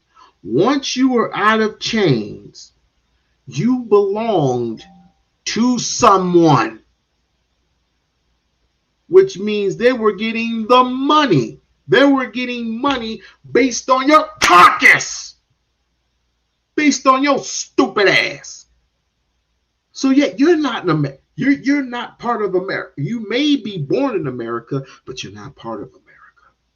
You are nearly a human being, which was sold on the market decades ago. I'm not an African American. I am an American. So I choose to be patriotic. This is my flag, red, white, and blue. I am a Negro. I'm in the Constitution. I'm a free man. So this is who I am. I am not an African American. Again, I'm not black. I'm an American. Respond to that, Brother Umar. Thank you, Cliff. Yes, sir. For me, the logic is complete. Only people who after being in wouldn't have heard the response. Correct. Right. And that Correct. response landed on more ears than just the gentleman that called. I hope it landed on his heart too, because what Dr. Umar said was out of love. Yes. Right. And out of awakening and out of revelation. Yes. And that's the goal of the conversation today. Yes. I'd like to think it is. Yeah. All right. Miss Lee, thank you for calling. Hi, Miss Lee. Hello, everybody. Ativa, Donna, and the doctor. Okay, hello. Hello. Let this not be another dumbass caller, please. Queen. What I wanted to say was, okay, I was listening to Al Sharpton, and there was a guy came on. He was talking about his brother in the hospital, and he has what is the man with the Donald Trump? What is his name? Elon Musk. Yes. Okay. Now a lot of people got fired, and from his job. So the guy been on his job for 10 years. Now he has Democrats is not doing anything. Republicans don't give you anything. Recognize that just because you get some crumbs don't mean you should be comfortable with small black business. And I know you're speaking broadly. Yes, ma'am. Yes, sir. The same way that there are some, because what you said was true about black business owners. You have to have there's a threshold, and you have to make sure you have insurance for those. I get it, but it also tremendously helped more people like me. Okay. Right, because I was a dialysis patient, I could be denied. Mm-hmm. Right, because before Obamacare, we've already gotten spoiled. It's been around just 10, 12 years, and already we're accustomed to taking our preconditions, our pre-existing conditions, expecting insurance, which just 15 years ago, I know what it felt like to be that.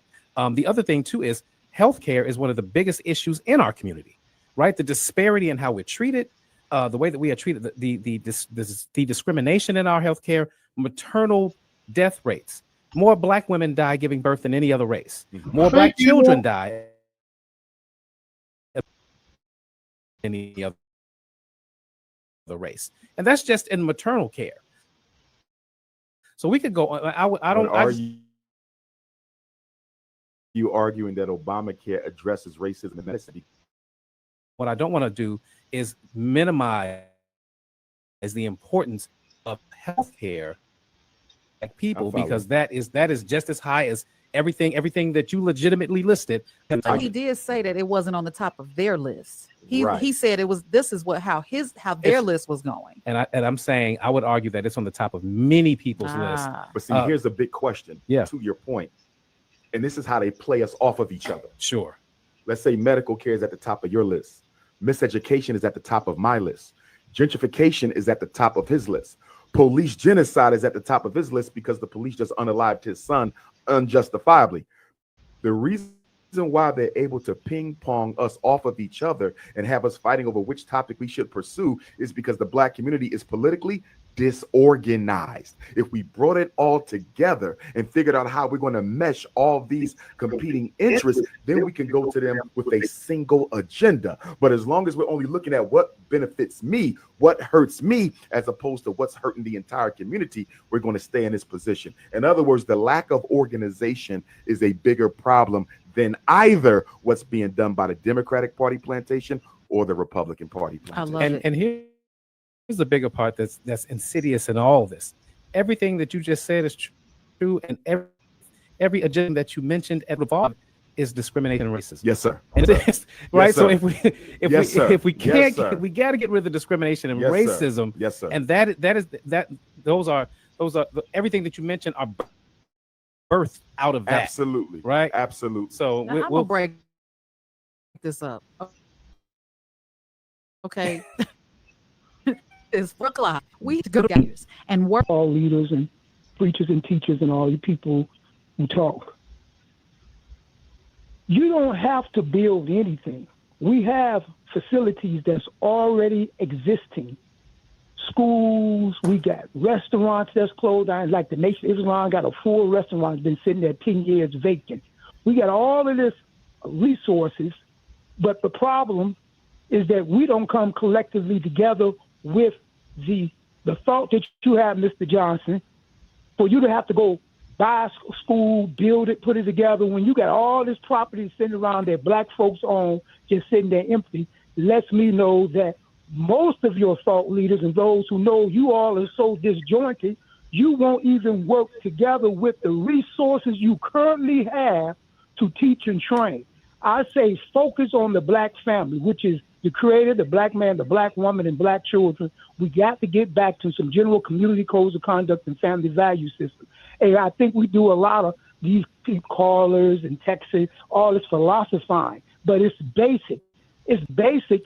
Family structure is where we lack, and those who sit in leadership, you all have the resources and the money, but you all don't come collectively on one page and say, hey, let's teach what you're saying. I got a facility over here you can use. Everybody wants their own identity, their own badge, and this is the reason we will not be successful until we set aside our personal ego and set aside our own ideology and get on rebuilding and re-strengthening the black family.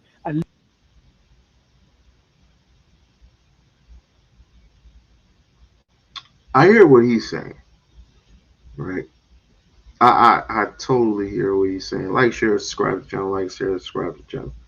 As a matter of fact, instead of me blowing up, because I was that close to blowing up, let me wait till my friend arrives here. Just say it. Leave you with that and what now, black people. Thank you, brother. I think there was a lot of truth to that. And I would say to get started, there's three things we should focus on. We need an independent school. We need an independent credit union, because there's enough wealth in Chicago in terms of take-home pay that if we concentrated all of that in the same holding institution, there would be enough capital there to build or rehab some of these institutions that the caller said we already have.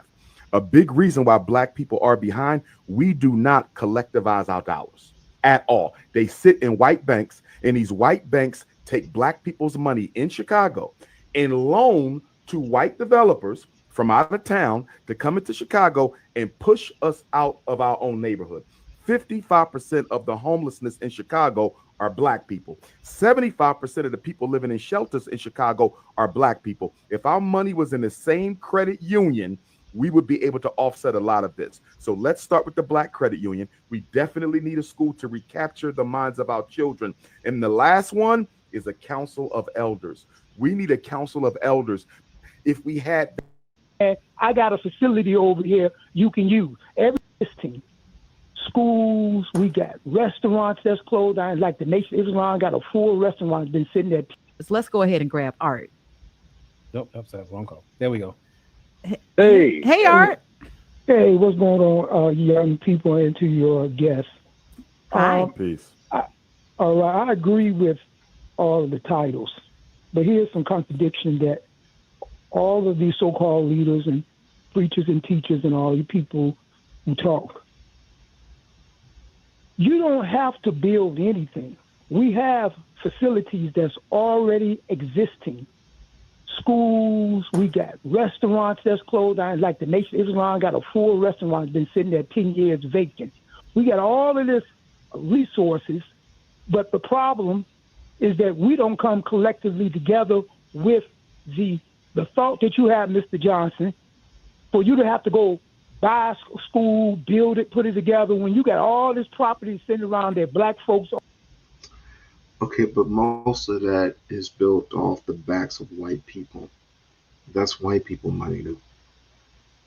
You see, we think 2 steps ahead when the white man is thought for.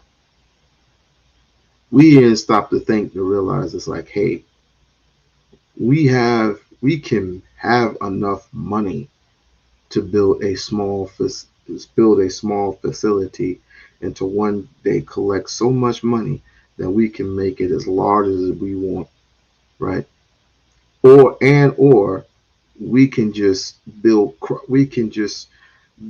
a farmland and then buy up so much property that we create crops to feed our people one at a time, and also have our own small little supermarket, right?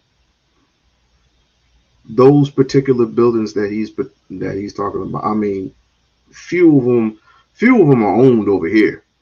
Few of them are owned here, especially in Nevada. But you got mostly the gangsters and the, you know, well, they're not gangsters anymore. They're in, it's corporation that owns these buildings now. But at that particular time, all these buildings, for example, were owned by gangsters. Now it's just a corporation. Now it's just like we have no, it's like we have no say in what it is. We have no say. The only thing we can do is build accordingly, and according, and there's something else that he mentioned about family structure. In my humble opinion, you're not building any family structure. You're abusing it. You're abusing it by abusing our women. Yes, you have to hold some people accountable. I do agree with that. You have to hold yourself accountable as well. But how you're going about it, you're straight abusing it. How do I know? Check out all these people online.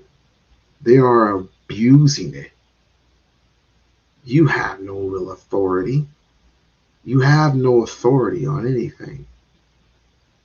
How is it that you're going to have an authority when you can't even collectively as a whole put together something so you can do what the Egyptians did and take back what is yours? You can't even defend your own fucking country. The country that your ancestors built, and they just collectively just gathered you and gathered you and put you in a pit with the rest of you because you died off. That's all they ever did. They worked you until you died.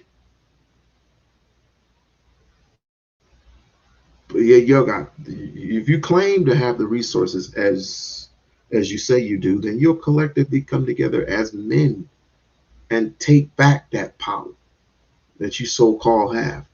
But you won't. You think the power that you have right now is how to control your women, to take care of those family values that you praise upon so much that you got from your white masters. That's why I didn't go off. Just sitting there empty lets me know that most of your thought leaders and those who know you all are so disjointed, you won't even work together with the resources you currently have to teach and train. I say focus on the black family, which is the creator, the black man, the black woman, and black children. We got to get back to some general community codes of conduct and family value system. And I think we do a lot of these callers and texting, all this philosophizing, but it's basic. It's basic. Family structure is where we lack, and those who sit in leadership, you all have the resources and the money, but you all don't come collectively on one page and say, hey, let's teach what you're saying. I got a facility over here you can use. Everybody wants their own identity, their own badge, and this is the reason we will not be successful until we set aside our personal ego and set aside our own ideology and get on rebuilding and re-strengthening the black family. I leave you with that, and I end with "and what now, black people." Thank you, brother. I think there was a lot of truth to that. And I would say to get started, there's three things we should focus on. We need an independent school.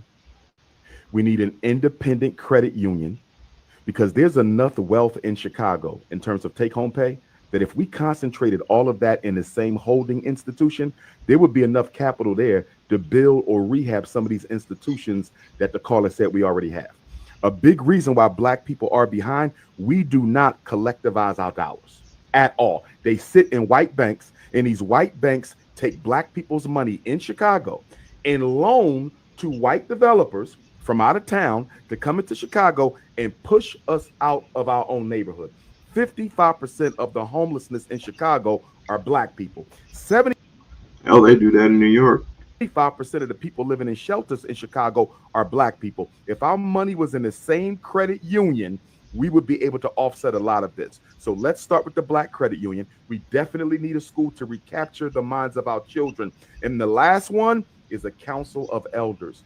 We need a council of elders, because if the elders were together, a lot of the community conflict and differences could be handled if we had that governance structure in place. If you owe me money and you don't want to pay me, I'm taking you to the council of elders. Your child's father don't want to pay the child support, we go to the council of elders instead of running to the white man to solve internal Black community problems that a council of elders could take care of themselves. I think a lot of trust could be restored. A lot of transparency could be restored if those over 65 would come together and create some sort of a system and a protocol, bring us back to council of elders. That makes I get goosebumps because I think Common's words when he said we need the wisdom of the elders, the young people's energy. Yes. Right. And that is so true. And we get away from both of those things. We kind of discount, but especially our elders. We talked earlier again about the big mamas, and it wasn't just the big mama brought a. My question is, are the young of today, will they listen to the elders?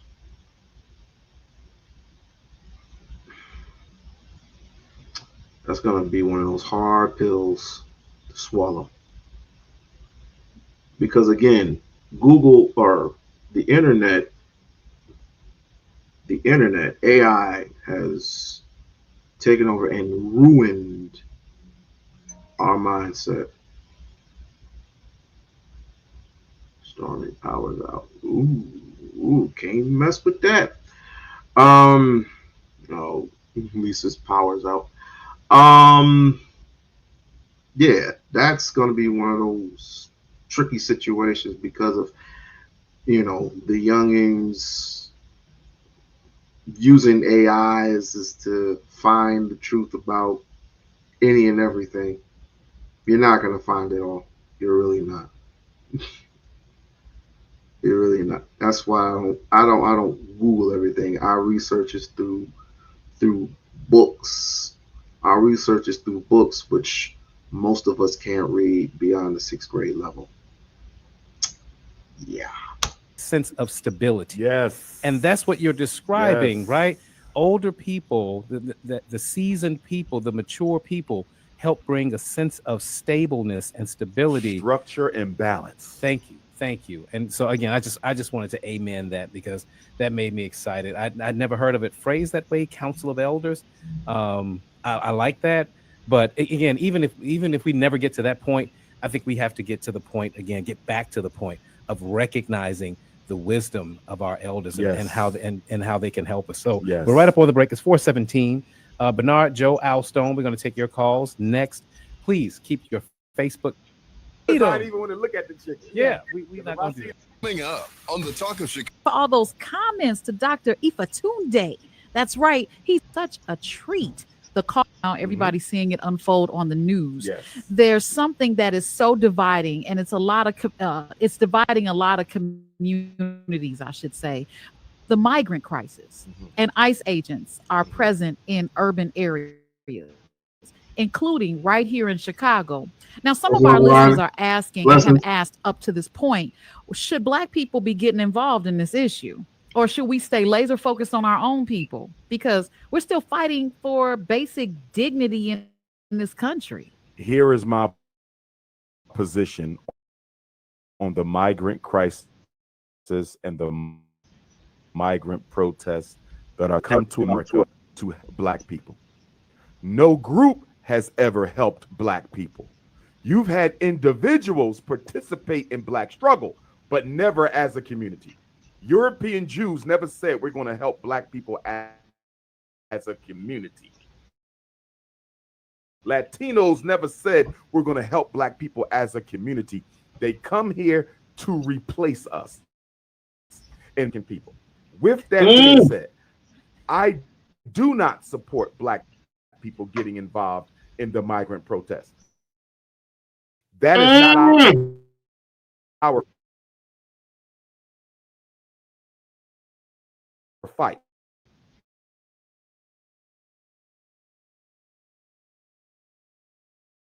If you say you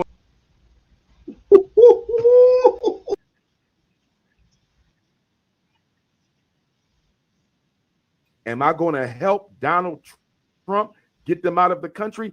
Absolutely not, because as the victims of oppression and the worst victims of American oppression, it would be complete hypocrisy for me to work against the best interests of other people. It's not mine. We're looking at what they're doing. Go back. Should we get involved just to? Oh, he hit it right on the button. You know how Stack he was like, you gotta hit it right on the button. Yeah, you go ahead and find that button. Don't let it too hard, don't let it too soft. Something's wrong, much. But he was right. He is right, along with many other black folks that have common sense. If this was so many years ago, where y'all asses got involved, we would have gotten involved right along with you. But the hard, honest truth is, could we get along? And the answer is no. You have very few here, very few there.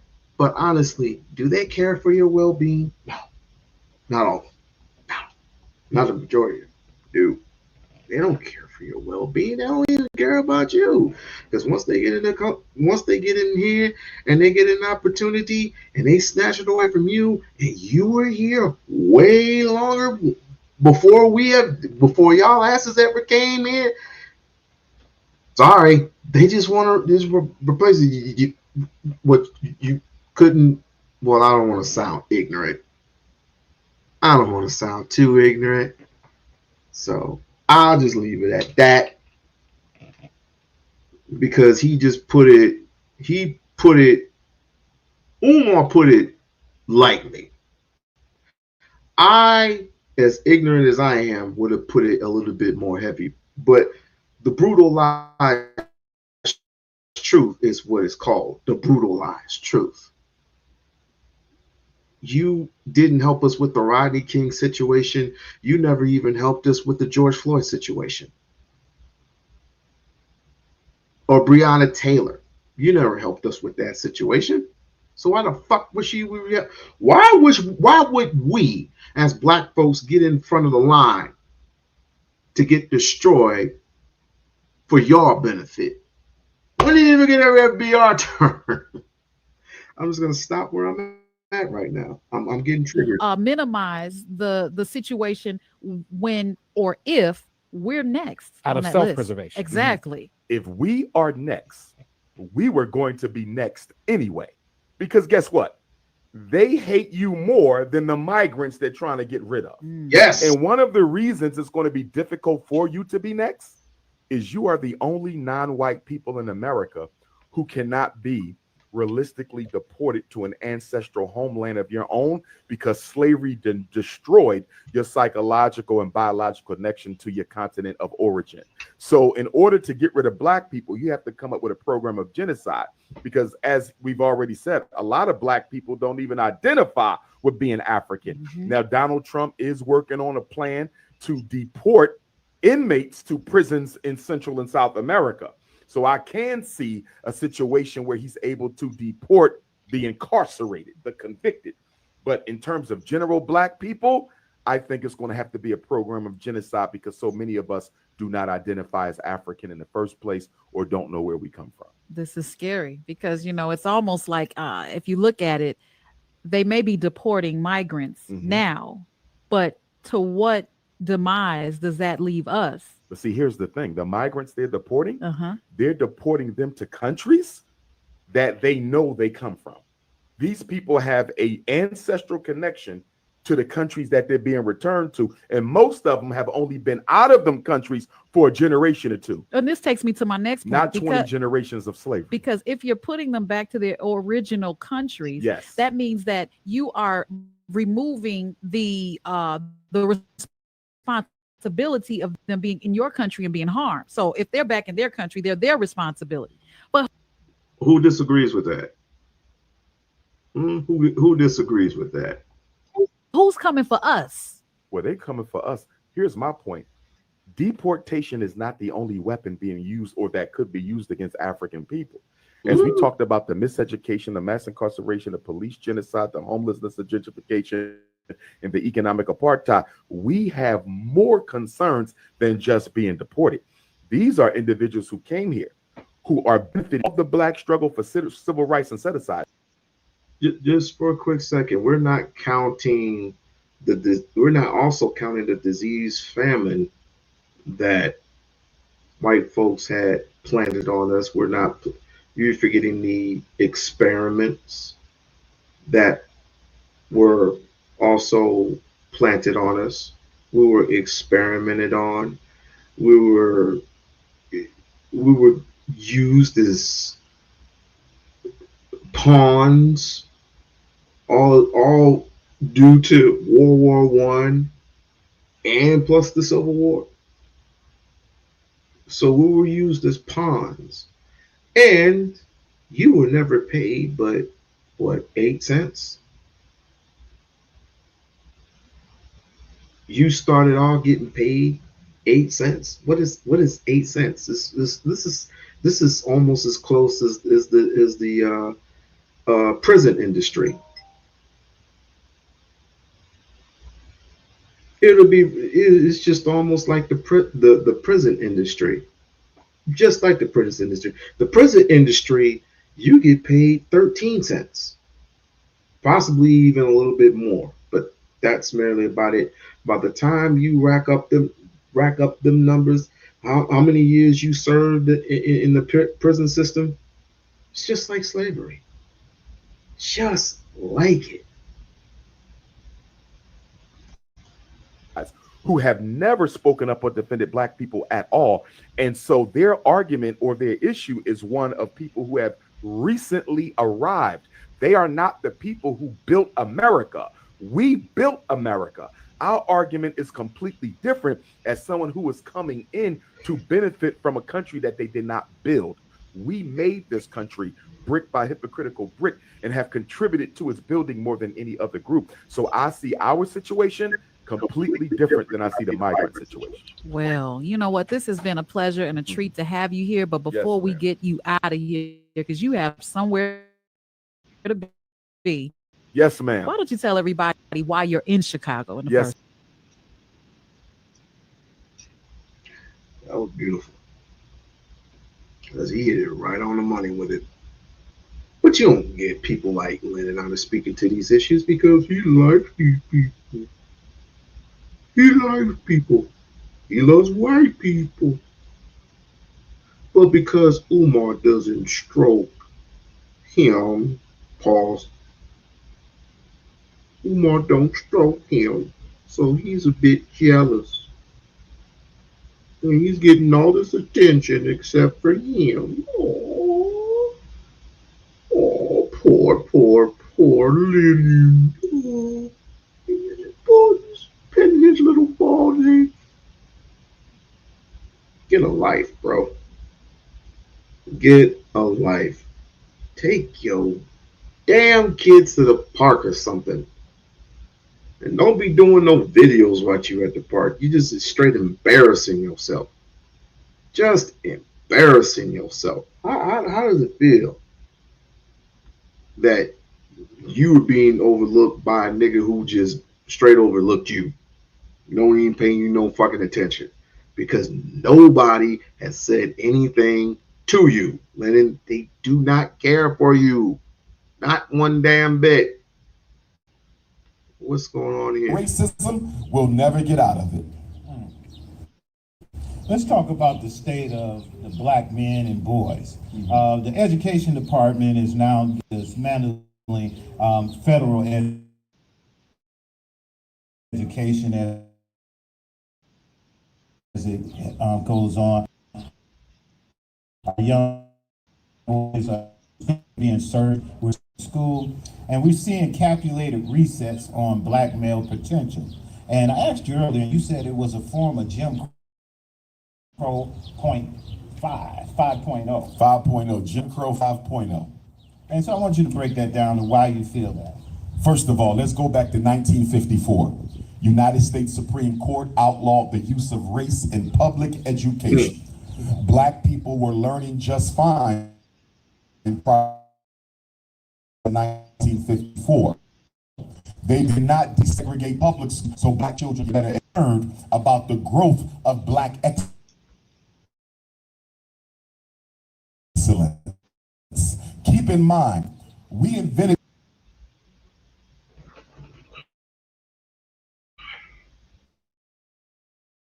the gas mask when we went children. We invented the stoplight when we went to children. To help us, they desegregated to hinder us. They saw Black Wall Street in Tulsa. They saw Black Wall Street in Rosewood. They saw Black Wall Street in Wilmington, North Carolina. They saw Black Wall Street in Charleston. They saw independent black communities even here in Ohio. And they decided that if we want to stop the progress of black people, we must take over control of their children's education. And when they desegregated the school, they did not bring black teachers with black students. The biggest layoff in public education is between 1954 and 1974 of black teachers. They brought our children into the schools. They fired the teachers. And so when our black children were bused into white schools, having to deal with not only bigoted white students, but bigoted white teachers, there was no black teachers in there to protect them. And because many school districts said, we're not going to integrate. We don't care what you say. So the federal government came up with a plan called special education. And in 1974, they invented special ed to give white school districts the opportunity to make money off of the miseducation of black children. And basically the agreement was, take these black children into your white schools. We will let you resegregate, but you can't do it based on color. We're going to give you 13 disabilities. And the main disability has been the so-called learning disability. And if you get your white racist school psychologists who still work in Cleveland schools today to evaluate these black children and call them reading disabled, math disabled, comprehension disabled, intellectually disabled, emotionally disabled, you can separate them from the white children in a class of their own. So special education was created to undo the effects. Black boys don't need a special school. Black boys don't need a special curriculum. Black boys don't need a special education. The problem is they have flipped this situation on its head, and they have the black community looking at our boys as if they are the problem. Nothing's wrong with black boys. The problem is the white teachers, who are 67% of Cleveland's teachers, don't care about the black boys they teach.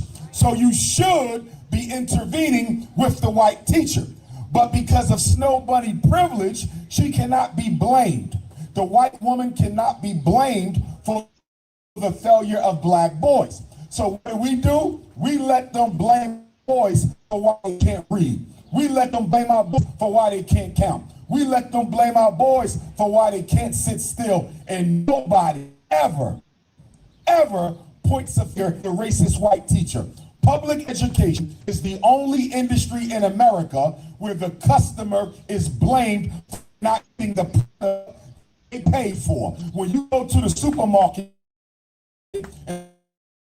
and your food is spoiled, you go to the supermarket. When your auto and your car doesn't work, you go back to the auto shop. But when black kids come home and can't read, you don't look at the teachers, we blame. So, are y'all ready for this? We're just getting started, all right? Let me say this. Just getting started. In order to teach, you have to care about them. Are y'all listening to me? In order to teach a child, you have to care about them. No child is going to take a risk at being embarrassed and humiliated in front of their class unless they know that that teacher unconditionally cares about me. If I don't feel love in my classroom, if I know she's only there to pay her mortgage so her and her white police officer husband can pay their bills, then why would I try? The big thing missing from Cleveland schools, Dayton schools, Cincinnati, Youngstown, Ohio, biggest thing missing, teachers who care.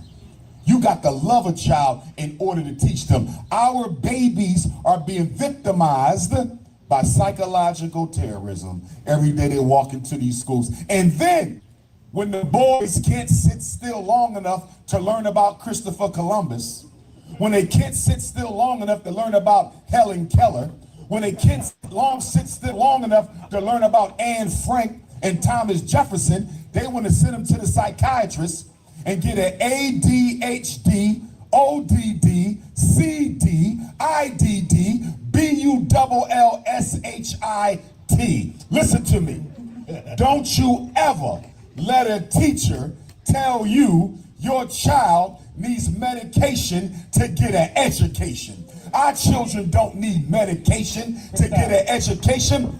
Boys are active by nature. Black ones, brown ones, red ones, yellow ones. The problem is the schools are run by women. Those women boys to behave like girls. When he can sit still like the girls, he's considered to be disabled. It had black male teachers, we wouldn't have problem. When boys go through puberty, and their body starts to prepare for their ability to produce children, they start producing testosterone in high levels. Testosterone makes you energetic. Testosterone makes you want to jump, run, climb, tackle somebody. When girls go through puberty, their body starts to generate high levels of estrogen. When girls are going through puberty, they want to lay down, they want to sleep, they want to take it easy. Boys are the exact opposite, and the problem is that American public system is not designed to cater to the needs of black boys. So they send you to the doctor, and the doctor going to give you a Ritalin prescription, an Adderall prescription, a Metadate prescription, a Cycler prescription. Put your son on crack. Here's the problem. You got black men all over Ohio in jail for selling crack.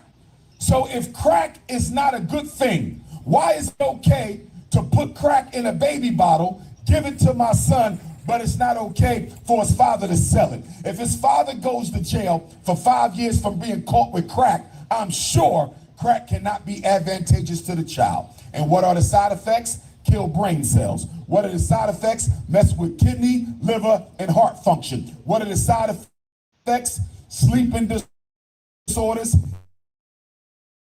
eating disorders, post depression, and suicidal thoughts. I had a professor tell me in college that 15% or more of the crime in the black community can be directly attributed to the long-term side effects of psychiatric medication. Our children do not need drugs, they need love.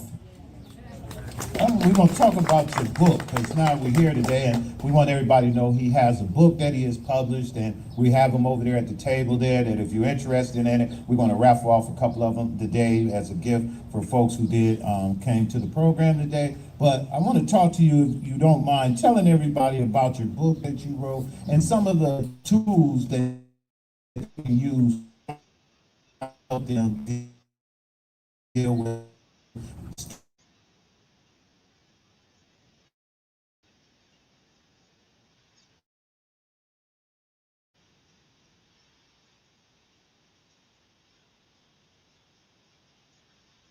Most black parents knew nothing about educational law, and they knew nothing about behavioral procedure, and they knew nothing about special education policy. So when I wrote Psychoacademic Holocaust, I thought that I hit the nail on the head. But parents came back, and although the book benefited them, they still had a lot of unanswered questions. So I said, I got to get more technical this time. I got to really go down to the grassroots and make sure they understand this thing. And so Black Parent Advocate grew out of a need to make sure Black parents, particularly mothers, since they're raising so many of our children alone, they have a how-to manual on how to deal with any problem the school throws at you. So half of that book are letters that you can read your name on and off and give to the school. For example, if your child is mentally ill, and they do that a lot in Black school districts because a lot of white people don't think kids can be mentally gifted. So I have a letter in there that you reproduce and you send it into the school. If Ohio State Department of Education still has a gifted policy, you can still request a gifted evaluation. A lot of parents don't know that. Let's say you want your child evaluated for speech in preschool, because special education begins at age 3 and special education ends at age 21 or high school graduation, whichever happens first. So if you got a 3-year-old in preschool and a speech problem, you can get them speech services. You can contact the special ed department of Cleveland Metropolitan Public Schools and say, I have a 3-year-old who I think can benefit from speech services. I have the letter in there. Now let's look at the other side. Let's say your child been in special ed 3 years, still can't read. Special ed 3 years, still can't count. Special ed 3 years, still can't comprehend, which means the IEP team has failed your child. That means if we can prove that they have failed your child, not you, because you don't send them to school, not you, because you don't go to IEP meetings, not you, because you don't check homework, but because of the failure of the school. If we can prove the school failed your disabled child, according to federal law, you can make Cleveland Metropolitan Public Schools pay for your child to go to a private school public expense. I help, but the biggest problem with helping Black parents get private schools for the disabled children is your paperwork is never organized. You gotta keep your paperwork together, because the first thing I need to see are your child's psychological evaluations. A child with disability must be reevaluated every 3 years in America. So if your child got put in special ed in the second, there's a 5th grade eval, there's an 8th grade eval, there's an 11th grade eval. If your child got put in special ed in kindergarten, there's a 3rd grade eval, a 6th grade eval, a 9th grade eval, and a 12th grade eval. If you don't have the paperwork, how in the hell am I going to trace this whole situation back to the beginning? And I'll stop with this, and I talk about this in my book. No Black child should be getting evaluated for anything except speech under the age of 7. Did y'all hear what I said? Not reading, not math, not comprehension, not intellectual, emotional, not ADHD, conduct disorder, and why not? Why is Dr. Umar saying you should never let a Black child get evaluated under the age of 7? Because the earlier the child is, the more likely we can get the diagnosis wrong, Baba. You feel me? Because when a child is young, they're still growing and learning. There's no psychologist in America that can tell you for certain that your 3-year-old is autistic.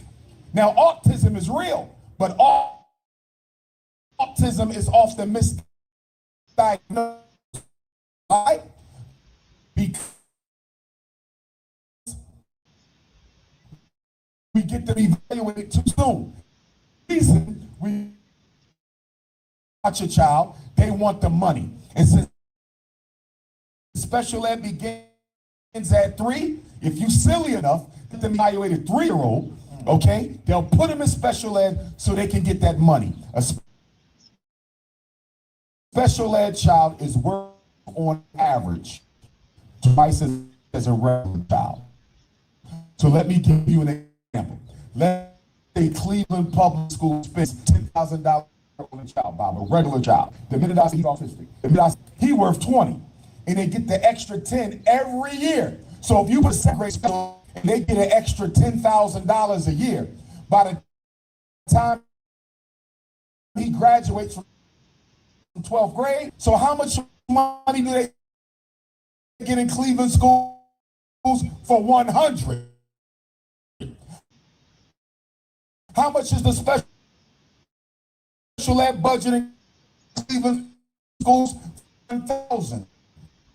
Literally, the saddest thing is most of our children who have been determined to be learning disabled are not learning disabled. You know what their real problem is? Lazy disabled. They don't want to learn how to read. They don't feel like learning how to count. They don't feel like learning how to comprehend. And guess what, parents? A lot of you are guilty too, because you are raising lazy ass black children. They do what they want when they feel like it. What is the number one job of a black parent in America after you teach your child to love themselves? It is to teach your child discipline. And what is Dr. Umar's definition of discipline? It is the ability to do what you don't want to do when it has to be done, whether you like it or not. And if you graduate a 12th grader who don't have self-control and self-discipline, you have just created a victim for the white power structure. Like, share, subscribe to the channel. Like, share, subscribe to the channel. Woo! That boy be cooking, huh? Let that boy cook. Now, I've caught, excuse me, the proper word is caught. I've caught plenty of online goofballs saying, in order to control your children's habitat, if you will, you must control the women. Well, I beg to differ with you, because no woman on planet Earth, especially in these times, are going to let you just control them however you want. I mean, I literally get sick and tired of these same little luster ass arguments, where the rule of thumb is to control the. If you can control the women, you can control the community. That's wrong. Because guess what?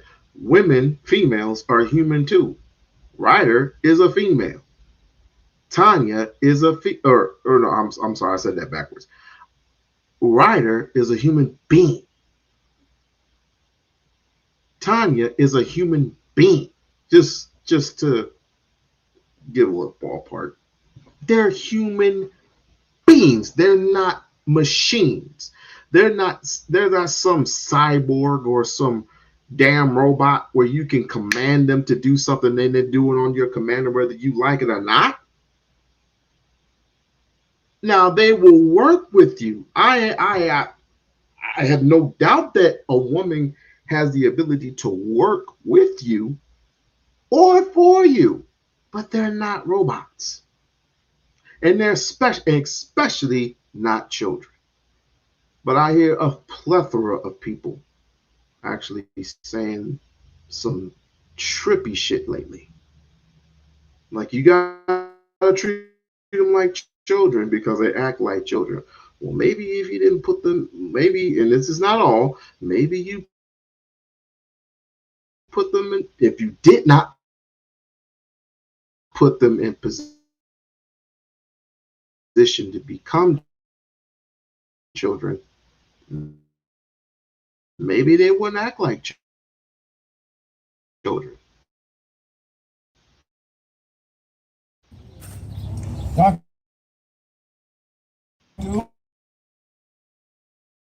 Umar.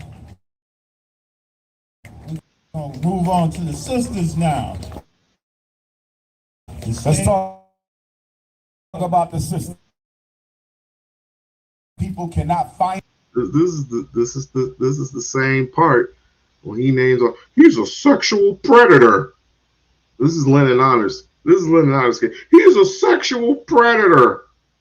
Women don't like to be called pecan because half the old Cookie Crush chat women are gay. Let's just call it what it is. finance any more revolutions. So what's the first thing America did in 1970, 2 years after they killed King? They came into Cleveland, they came into Cincinnati, they came into Youngstown, and they start shutting down the factory jobs that our grandparents used to work at. They did this on purpose to make sure we could not finance any more black freedom struggles. Then they went into the high schools of Cleveland. They went into the high schools of Columbus. They went into the high schools of Dayton. And guess what they did? They removed the industrial building training programs. Once upon a time, you could become an electrician in high school. Once upon a time, you could become a plumber in high school. Once upon a time, you could become a roofer or a welder in high school. The white man did away with all of that. To do what? Create poverty in black America on a scale like we have never seen. And then they start telling black people that if you want to make it in America, go to college. And so for 50 years, we've been sending every black person to college. And what have we got for it?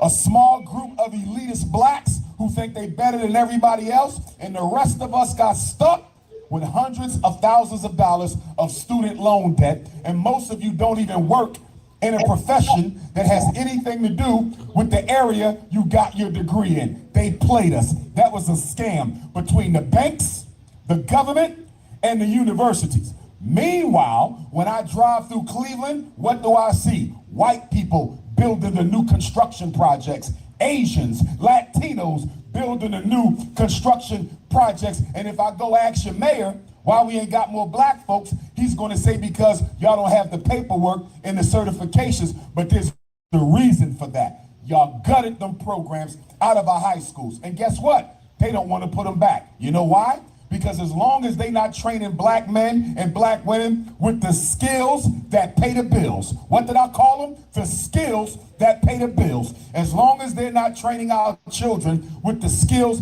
that pay the bills, white people will forever dominate the economic landscape of Cincinnati. This is all a scam, a setup, and a hoax, and your black bourgeoisie is not even telling you what they're doing, nor are they fighting back. Cleveland. No, I was in Cincinnati last month. Cleveland has 17 city council persons.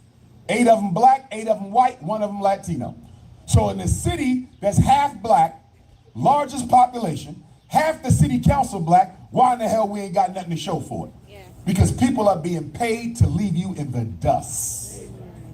What they got to do with our black queens? Everything. Now let's get back to the black queens. 3 things. So first of all, they deindustrialized us. 1980, the CIA came in and dropped crack cocaine off. So all these unemployed black men had a decision to make. You can sell the crack and pay the bills, or you can smoke the crack and deal with the fact you can't pay the bills. Either way, you're going to jail. The 70s and the 80s was the agenda to make the black man economically irrelevant to the black woman. Did you hear what I just said? I'm gonna say it again. The 1970s and the 1980s were the decades of making the black man economically irrelevant to the black woman. The white man said, if we can eliminate the black woman's dependency and trust on the black man, we can split them against each other. And what are we doing all over the internet today? Fighting back and forth. Black women canceling black men, black men canceling black women, and we all look like fools because we're the only people in America who get on the damn internet and tear each other down for the entertainment of non-black people. So, then 1994, your first black president, Bill Clinton,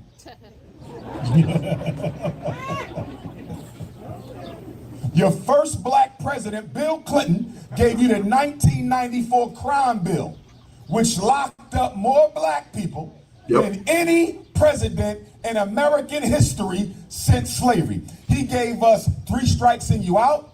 He gave us mandatory sentencing for drugs. And he gave us mandatory, 3 strikes and you out, life sentences for dope, and mandatory minimums.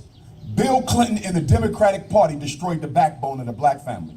It was that 1994 crime bill that destroyed us. It gave rise to a teenage pregnancy we had never seen before. Yeah, we had 80s and 90s with crack in the Bill Clinton crime bill. And then in the year 2000,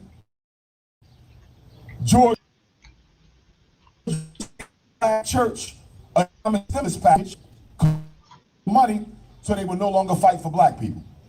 And I can drive all through Cleveland, and I probably can't find a single black church that's at the forefront. I said at the forefront, not going to meetings. I said at the damn forefront of fighting for better schools, against miseducation, mass incarceration, police genocide, economic apartheid. Because those are the problems of black America. Miseducation, mass incarceration, homelessness, education, police genocide, and economic apartheid. Anybody running for office, you're not getting my vote unless you have a plan and a program for at least one of them. It don't have to be all five, because I know you can't do everything, but you can do something. And if you tell me you running for the city council and you want me to vote for you September 25, you can't do nothing about the police. You can't do nothing about the judicial crime code. You can't do nothing about economic apartheid or gentrification. What the hell am I voting for you for? We have to all out of love with the Democratic Party and the Republican Party. I'm slave, so I don't belong to Democratic plantation or Republican plantation. I don't need a black president. I don't need a black mayor. I don't need a black council person. I need a black state legislature. I want black power. Do not confuse black power with black puppet. They are two completely different things. What I'm saying, Bob, is systemic oatmeal. The mass underemployment of the black male, the mass incarceration of the black male has rendered us economically impotent for our women. And I need black women to understand that most black men are not in the condition he's in because he's lazy and trifling. He's in a condition he's in because the structure, white society, local, state government, federal government created a system to destroy, like he be a man, side by side, black man and black woman for black liberation and black power. What would a fully protected, empowered, and supported black womanhood look to you? A woman with a husband, first of all. Black men gotta start marrying our queens. We can't be serial monogamous forever with this down because if black boys don't see black men married to black women, and I'm guilty, I gotta get married too, but I'm gonna have two queens. That's another conversation. Butter almond, butter pecan. But listen, if our boys don't see us loving our women, they're not gonna wanna love one either. And this is why you Negroes with the white gotta stop it. Stop it. I ain't got nothing against white women. Before I help her if she's in trouble.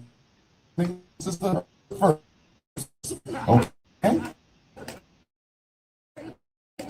Nothing against her. It's about when you marry another community, you are investing in another. You can show you committed for African sisters as well. You must be out your damn mind, laying down with your slave master's great-grandson, giving away for free what they stole for 400 years. Don't you ever, black woman, expose your royal waters. You don't let the oppressor spray his ancestors in your belly. Listen, when you make a baby, it's two family trees coming together. You got Harriet Tubman in your family tree. You got St. Truth for your family tree. You got Ida B. Wells in your family tree. Do you really think they want to have a cookout with George Washington and Thomas Jefferson? What the hell are you mixing ancestors for? Our ancestors don't want nothing to do with them damn ancestors. We eat out the race. Now, because we can't good black woman. Your brothers in Cleveland, go get one from Dayton. If you don't like the brothers in Cleveland, go get one from Youngstown. If you can't find no black men in America, they down in Brazil. We got more black people in Brazil than any place outside of Africa. They Here in you Costa go, Rica, hating they again. in Panama, they in Jamaica, Guadeloupe, Turks and Caicos, they in Africa, Nigeria, Ghana, they in Canada. Same thing for black men. Don't give me the excuse you can't find a good black women. Black women are the largest population on the planet Earth. There's more black women than any other population. So if you can't find it here, find it somewhere else. The truth matter is, black men date, mate, cohabitate, and procreate with snow bunnies because you wish you were Caucasian yourself. So let's stay on that topic for a minute. We had a couple of incidents. Let that boy cook. Across we had talked earlier about was that some of you gave my Shannon a pass. I know that you look and he's been a guy that we all like, we respect. I like Shannon Sharp. And I looked at I saw that you kind of gave him sort of a break on what he was doing and the situation is in. Why don't you I ain't give him a break though, Elder. All right. What I said, see, here's my thing. If there's a bunny hopper in this audience, right? And I'm sure there is. I don't disagree with what he's doing. Excuse me. I disagree with what he's doing. It's not personal. It's the business of African re-empowerment. Do y'all understand? Now that same brother dating a white girl, although I disagree with him dating a white girl, if she tries to accuse him of the unthinkable, and I believe that he's not getting a fair opportunity to prove his innocence, I'ma stand with him. Some people say, why did you decide to support Shannon Sharp when he was dating a white girl? Because what they do to any black man, they do to every black man. Today is Shannon Sharp, tomorrow it'll be you, the next day it'll be me, but not with a bunny, of course, right? So we gotta recognize, y'all, when they take us down, we don't have the liberty of saying, well, she shouldn't have done it or he shouldn't have done it. Judicial decisions are all about establishing precedent. And if we let them establish precedent on something that is unfair, they will carry that out for future generations. Let's take Sean Combs. If Puffy is guilty of the 3 federal charges, RICO, interstate sex trafficking, or interstate solicitation of sex, then he should be held accountable. But what I'm not going to support is y'all keep bringing up the Cassie situation and y'all keep talking about baby oil. He's not on trial for baby oil, right? But if black America, because they don't like what Puffy did, if you tell the white man, go ahead and lock him up and throw away the key when he has not proven beyond a reasonable doubt that Puffy is guilty of interstate sex trafficking or prostitution, then guess what? The next time a black man comes who is innocent, they'll be able to convict them too, because America likes tearing each other so much and even guilty. I'm not going to co-sign that. So I'm going to stand with Shannon Sharp. I'm going to stand with Puffy until it is proven that they are guilty. But black men have a right to be tried in the jury of their peers, just like everybody else. I'm not standing for wrongdoing. I'm innocent until proven guilty. That's the law. Standing for justice. So in Shannon Sharp case, is he being done wrong or is he a victim of his own demise? Victim of his own demise. But he shouldn't have his life destroyed. He had no business dating a 19-year-old OnlyFans snow bunny with no body. He had no right to do that. Damn. He had no right to do that. No Cinnabons or nothing. He had no right to do that. But guess what? Her accusing him of sexual assault is something completely different. Now, one thing is for certain, 2 things is for sure. There's not a white woman on the planet Earth. There's not a Caucasian female on the planet Earth who gets sexually assaulted by a famous black man and do not call the police. This woman alleges Shannon abused her once, get him in a second time, he abused her again, and you never called the police, you just want some money. Who in the hell believes? Oh, I'm being sexually abused. I want $250 for each cheek. Oh my God, stop me. I don't want it. I want to do it no more. I don't want it. I want you to spank me. Make it make sense, bro. Make it make sense. This is the reason why I asked the question. And you're the only one that answered it. What is so special about white women? Nothing. What? They grown asses in the last 5 years? Ooh. You will never, ever catch me with a cave bitch. I was 19. I stopped it. I'd let that bitch go at 20. I'm 44, about to be 45 soon. You will never, ever, ever catch me with a cave bitch. Unless you blind me, cut both of my limbs, I'm still not. Hell no. Because this is what they do. This is what they do. And you let them get away with it all because you couldn't find a decent relationship with a black woman. So sorry. So sorry for you.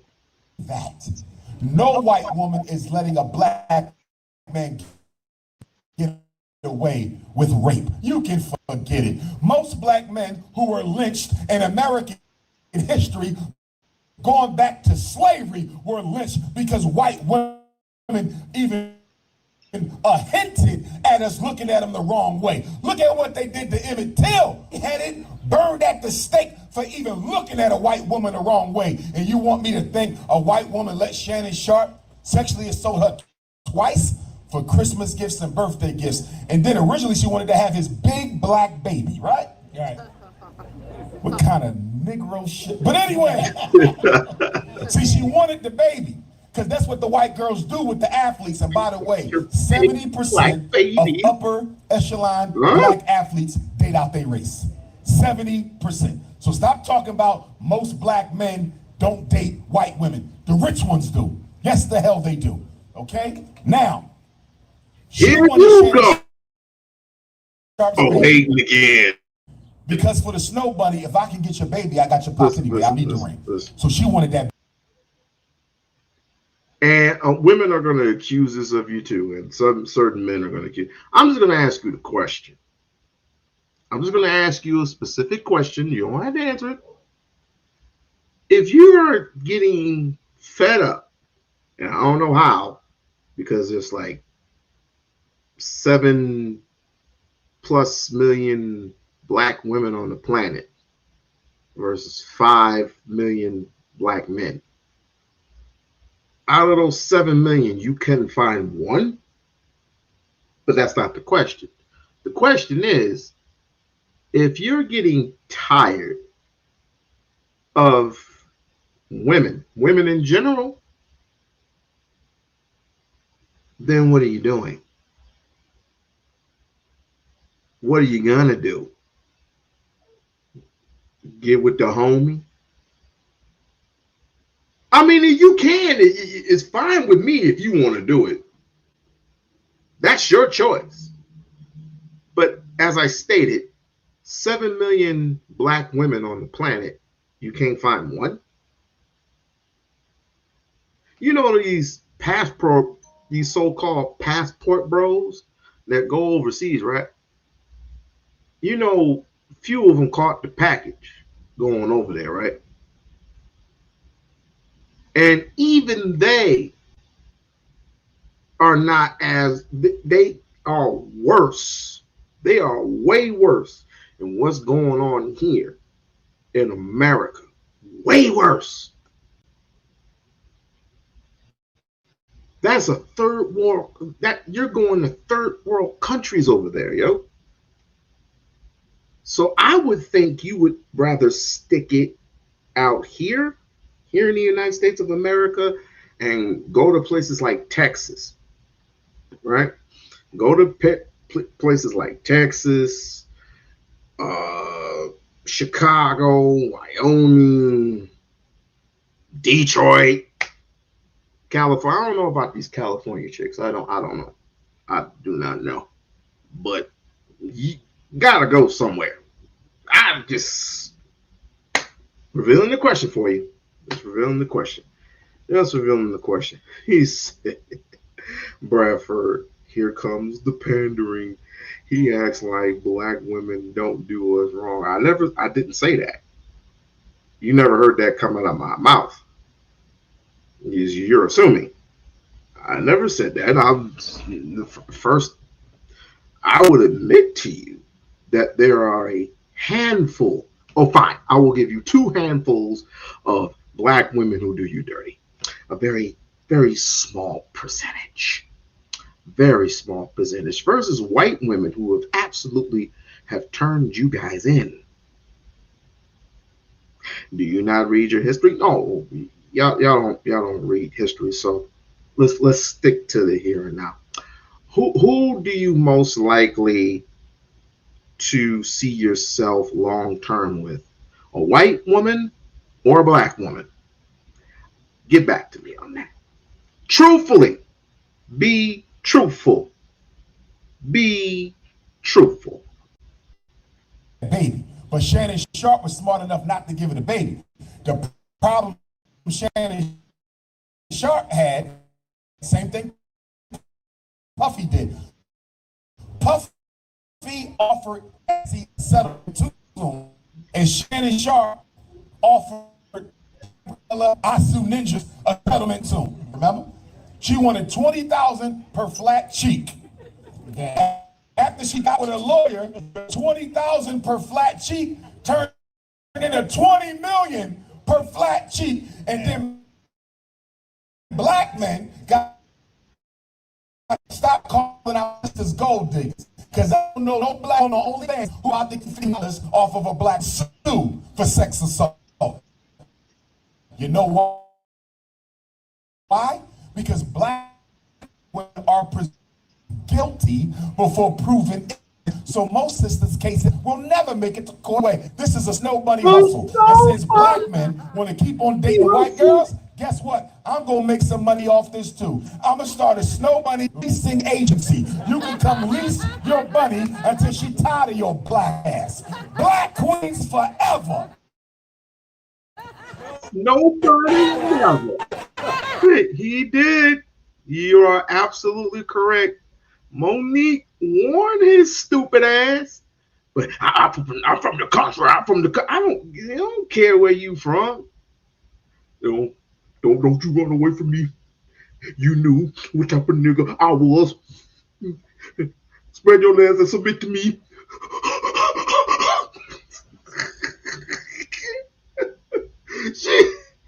Mahogany got mad as hell when that was just too funny. Just open up your lips, submit to me. Don't you run away from me. Don't you run away from this nigga.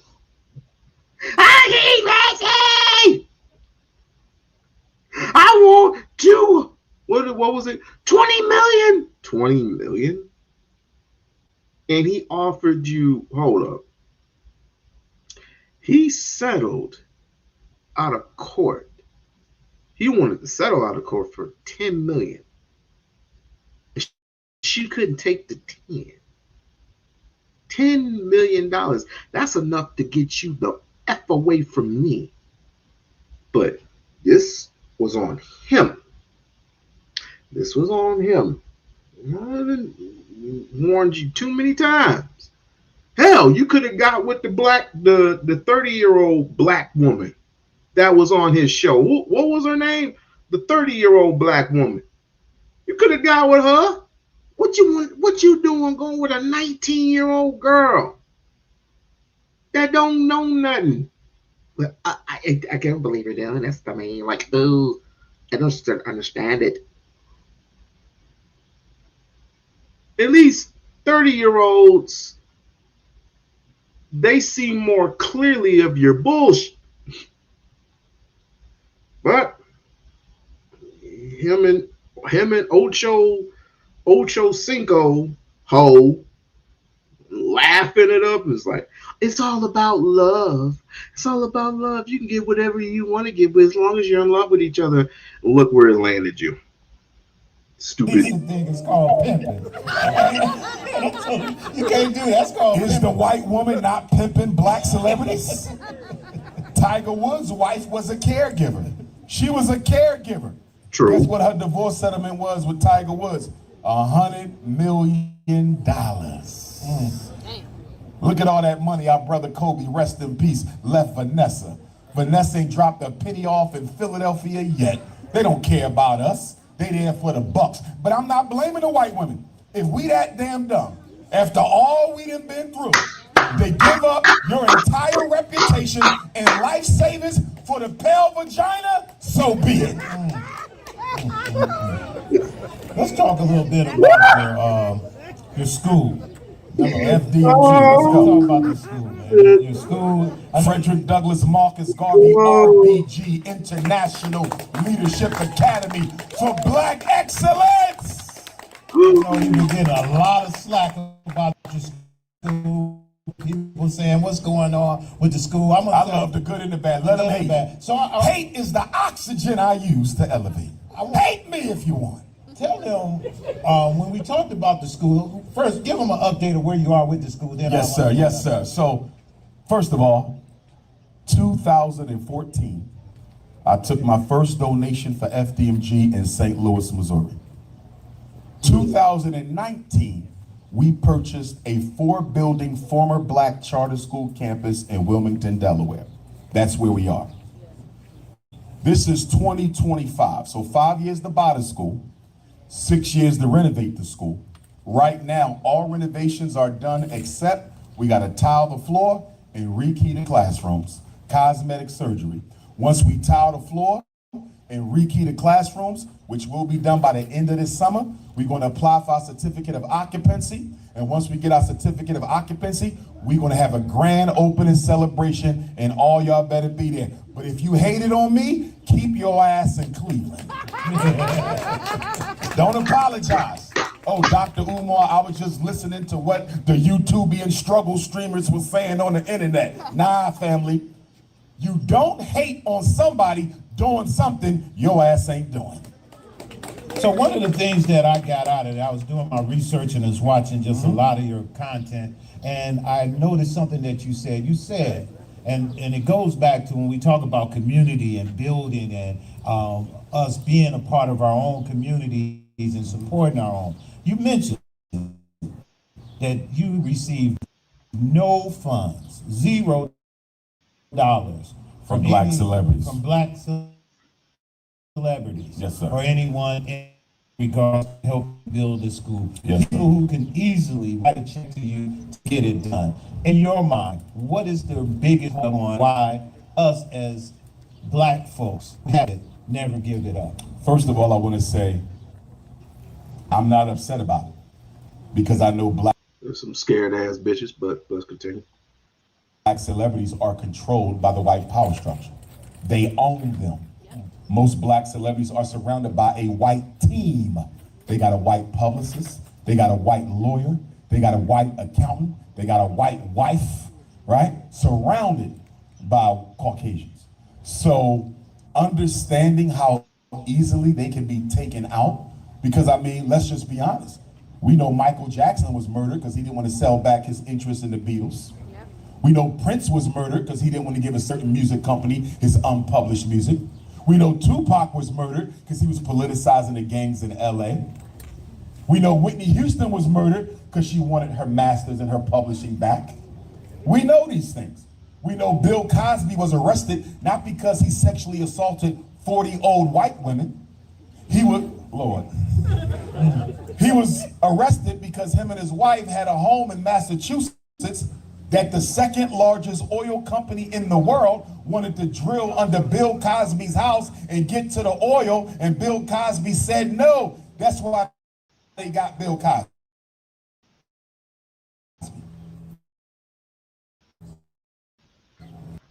And although he be guilty, I don't want to sell his masters to a certain music company. Because Dr. Umar Ifatunde has the freest voice in Black America. Hey, Jay, you got the first question. Come on up. Come on up, brother Jay. Over there, get over there. We want, if you got a question, kind of come over on that side. It's out here. If you ever need to reach Dr. Umar, I'm giving you my personal cell number right now. Take your phone out. 9858. One more time in case you had something to drink before you got it. So just go ahead and ask your question because we don't want to be here long. Last thing, Latif. We got a camera. It's kind of funny. You never see Lennon Honor in these not venues, these type of talks. You've never seen Lennon Honor in these lectures. Where's he at? Hell, he could take the alleged wife and the children. We're on our question, people. We ready to go? All right, first question, Jay.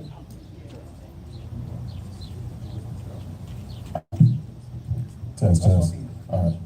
Yeah, that's it. All right, I'm J.R. Fogel. I'm an app developer. And what's your thoughts on the effect AI will have on the economic structure within the Black community? Everybody always talks about AI is going to take your job, but my rebuttal is it's not AI that's going to take your job. It's somebody utilizing AI that's going to take your job. I think both things are true. AI is going to take a lot of jobs.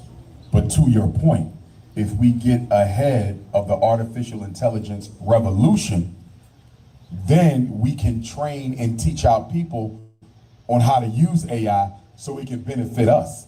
Here's my question.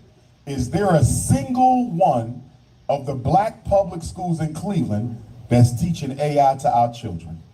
Probably not one of them you see. So we need to get with your CEO of Cleveland Public Schools and find out why we're not introducing an AI curriculum to the children by now, because they should have one by now. I doubt if they're going to do it, because I just read that they're about to cut $160 million from the Cleveland Public Schools budget in 2 years. They got to drop off 1,000 employees, shut down a whole bunch of schools, and I'm disappointed in us because we are not buying up these schools that they shut down. Every time they shut one down, we should be opening up an independent school for our children. But you're correct. If we get out in front of AI, AI can benefit us. But I do have two criticisms of AI. Number one, now that that technology exists, you will never again be able to prove that what you see is or is not the truth. If you thought the FBI and CIA could frame us before, they can really frame us now. They can literally create. We're concerned about that for the activists and revolutionaries in Cleveland. Number two, AI is blowing the hell out of Africa. These AI companies have our African brothers and sisters working for less than $1 a day, filing through all the information that got to be in. We already have and I support you, okay? I'll work with you, but we got to, brothers and sisters are receiving a livable wage, because this AI revolution is taking place on the backs of the economic achievement of African people. Black power. Told you. Got many people. We can control AI.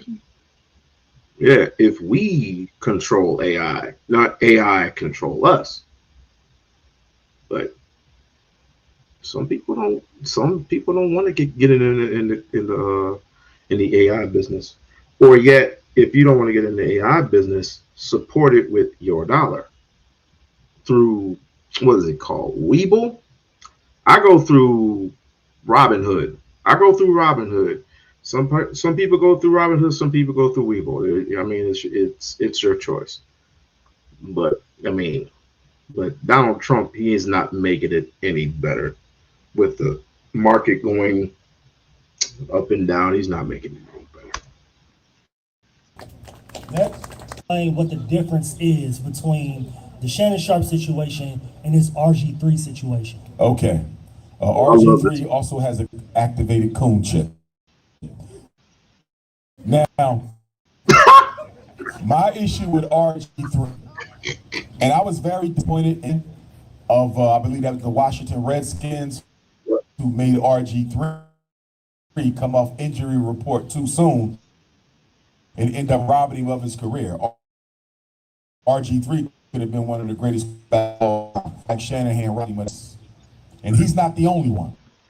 Nearly all of them have attacked Reese and kiss Kate Clark's backside, right? Yep. Now, people say Caitlin Clark is a better player. Okay, but Asia Wilson is the MVP and undisputed best player in the whole WNBA. Kissing her black side, got kissing the white. Angel recently 20 years old.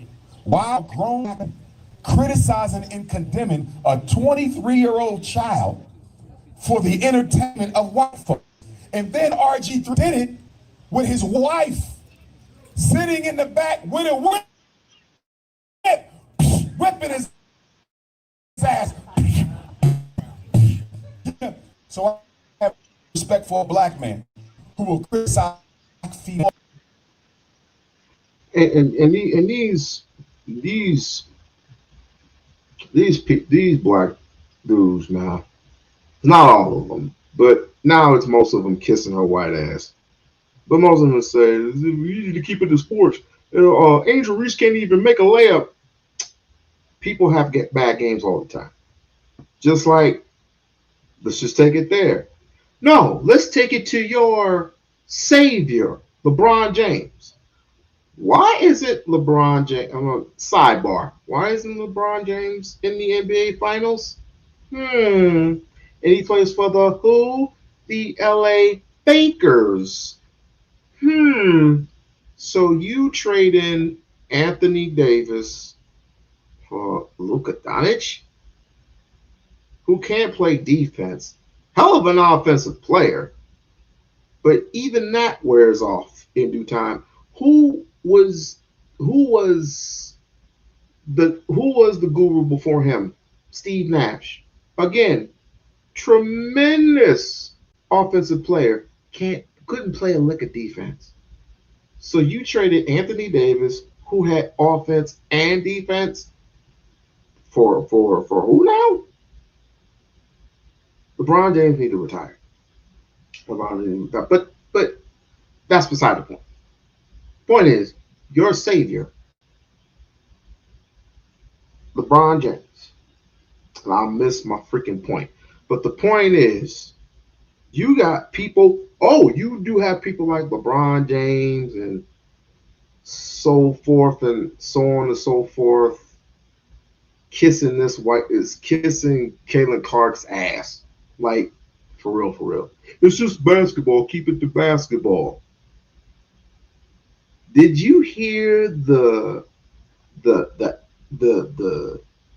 hatred coming out of RG3's heart for Angel Reese? I did. Why don't you roll back the tape and listen? Listen with this and listen with this. That was anger. Why your white bitch is sitting in the back? Yes, I said it, and even has a problem when he comes in. With his little white bitch sitting in the back, just shaking her head and whatever. 23 ain't no child. Come on, bro. I know you're not saying he's a baby. I don't even know why you mentioned that. But dude, think about it. Why would you want to I don't get it. What is so special about Caitlin Clark other than she can shoot threes? Can she play defense? She's the next Steve Nash. She is the next Steve Nash on a team that if she didn't come in the frame, what's she gonna turn into the next Michael Jordan? Come on, bro. Caitlin Clark turned into the next Michael Jordan. How much you want? How much you want to bet? I'll bet y'all right now. Caitlin Clark wouldn't even do shit. Wait, I don't even know what team she plays on. I know it was the worst team in the WNBA. I'll bet you dimes to dollars that next year they only play 44 games. I bet you next year Caitlin Clark will not take them to the WNBA finals or whatever they call it. If you do, I will pay you. I will cash app y'all. He done got another white snow bunny. And if they go and win it, I will cash up y'all. He got a nerve to tell Ryan Clark he had no business to bring up his wife. So let me get this right, RG3. It's okay for you to attack my little sister Angel Reese, but Ryan Clark can't point out the fact that you done bunny hop twice. Calvin, stop hating. Stop hating, bro. Stop hating. Stop your hatred. Hi. Peace, sister. Hi, my name is Megan Hunter. I'm actually a teacher for Cleveland Schools. Yes, ma'am. Speaking to me. I'm going to read this because I want to make sure I get it right. Yes, ma'am. All right. With no government support and continued challenges fighting Black investors and contractors, is it truly sustainable for you to keep FDMG running long term? Or are we seeing the limits of Black self-resilience play out in real time? Question. Do you have a brother or cousin who was in the audience in Chicago night before last? Because he asked the exact same question. Really? Not that I know. But thank you for the question. First of all, you will never see the end of Black self-determination because it's the only path to liberation, right? We are a $2 trillion people. We are a $2 trillion people. So nobody can tell me, and I know you're not telling me this, Queen, nobody can tell me that Black people can't rebuild on our own. If Black women stop spending $30 million on weaves and perms, our kids can learn. And Black men, you cannot laugh at them. You know why? Black women wear weaves and perms because that's what you want to see. You don't want a natural nappy-head Black woman, so shut your ass. You can't laugh. They look like that for us. Let's be honest. If we went home and told every Black woman... And that's the same for Calvin. That's the same for Calvin. Yeah. Hey, Bradford, that's the same for you, too. You got to go natural or I won't date you. They'll pour all that out tonight. It'll be over with.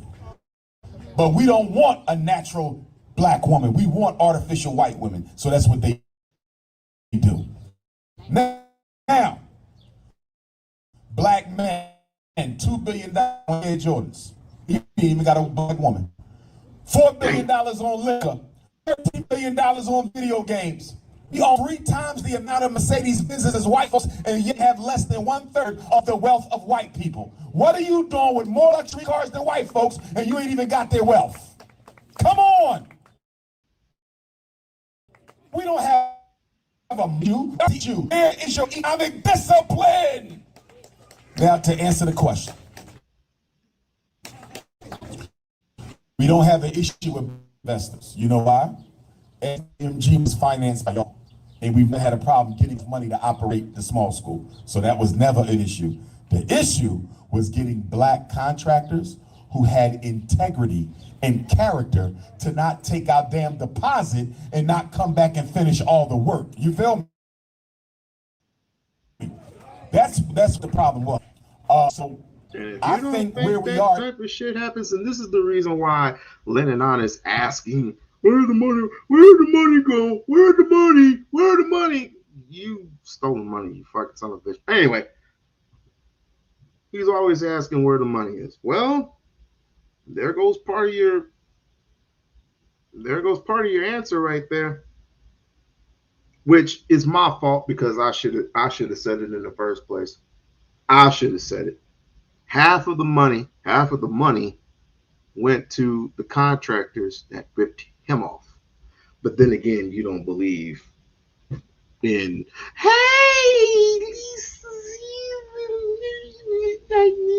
you don't believe in, he doesn't believe it. Come on, Umar, you're such a liar. You're such a liar. You're such a liar. We don't want to talk about who's been lying. Like, share, and subscribe to the channel. Like, share, and subscribe to the channel. Is a good space. I think too much is being made of the timeline, which, as someone who's an educator, that ain't a bad timeline. Okay, I know schools that ain't open in that long, so I think we're doing okay. And once we open up FDMG, we're going to open up FDMG Cleveland and FDMG Youngstown and FDMG Cincinnati. But the other part of your question, because you talked about sustainability, we own our school outright. No mortgage. We own it. It's ours. Yes. So once we take care of our overhead, our insurance, our salaries, we good. The point that I'm making, good sister, is we're going to grow to the financial capacity of our school. What I mean by that is, when we open up school next year, it's going to be 2 second grade classes, 2 third grade classes, 2 fourth grade classes. Nice and slow. That's not only for financial reasons. Which he did say 2nd through 4th grade, yes. That's for psychological reasons, because I got to make sure I can trust the teachers I hire. Because when we start hiring, every coon in Black America, and every bunny hopper, and every pretendian is going to try to get a job at my school and undermine the agenda. So I got to make sure I can trust who I got before we grow big. My biggest problem at FDMG will not be keeping the doors open. My biggest problem at FDMG is, how do I turn away all them black boys whose parents are at my door begging and knocking? Dr. Umar, my son needs to school. I ain't got nowhere else to take him, but I can't overwhelm my teachers by giving them too many students. That's going to hurt. I don't have to turn. Carmelo Anthony stood his ground. What else is there to talk about? Because and every bunny hopper and every pretendian is going to try to get a job at my school and undermine the agenda. So I got to make sure I can trust who I got before we grow big. My biggest problem at FDMG will not be keeping the doors open. My biggest problem at FDMG is, how do I turn away? Anthony stood his ground. My biggest problem at FDMG, my son needs to school. I ain't got nowhere else to take him. Anthony stood his ground. Anthony stood his ground. Did it just skip? Anthony stood his ground. Black boys whose parents are at my door begging and knocking. Dr. Umar, my son needs to school. I ain't got nowhere else to take him, but I can't overwhelm my teachers by giving them too many students. That's going to hurt. That I'm going to have to turn. Carmelo Anthony stood his ground. What else is there to talk about? Because according to the Texas stand your ground law, if you felt that your life was in danger, you do not have a duty to retreat. Did y'all hear that? They said, why didn't he run? Texas law does not require you to run. Texas law allows you to stand and fight, and that's what he did. But he's not on trial for that. He's on trial for having the audacity as a black boy to defend your honor by taking a life. Rodney Hinton Jr. is on trial because you had the audacity to avenge the death of your son. And you got black people saying, well, he didn't unalive the cop who took his son's life. He unalived any cop he can find. Can I ask you a question? When white police stop and kill black people, does it matter to them which one they get? Because isn't a black person a black person? Any person working for a racist police district is guilty. I don't support the unaliving of the officer, but I understand. Black power. Black power. God bless you. Black power. Oh, no. He's going to go to jail for life because he took a life. He took a white life. Gives a fuck. 9 for an eye. Ain't that the thing? What is going on with my? All right, so in Cleveland, I be a part of a lot of organizations. You know what I'm saying? I see a lot of things and whatnot, and I'm a teacher too. You know what I mean? Before you ask that question, you said a lot of organizations. Yeah. Every city I go to, we got a lot of organizations. Here's my question. Has there ever been a serious attempt in the city of Cleveland to bring together and organize all the black organizations? Because the biggest contradiction in black America is every one of you represents a different community organization. Y'all don't speak to each other. Y'all don't work together. Y'all compete over grants. Y'all fight. It's like a gang. We gang banging, organizational gang banging. To your knowledge, has there ever been a serious attempt to bring black organizations together to work together for the collective benefit of the people? I wouldn't say it has been, but I can say that it is starting to be powerful. You know, All right. All right. I feel like it's a shift. You know what I'm saying? Okay. Like the bill went over or whatever. I mean, Okay. I feel like right now we at we have everything ordered that we want to band together. You got Okay. your stuff, you planting over here, you organize, you got your crew, whatever.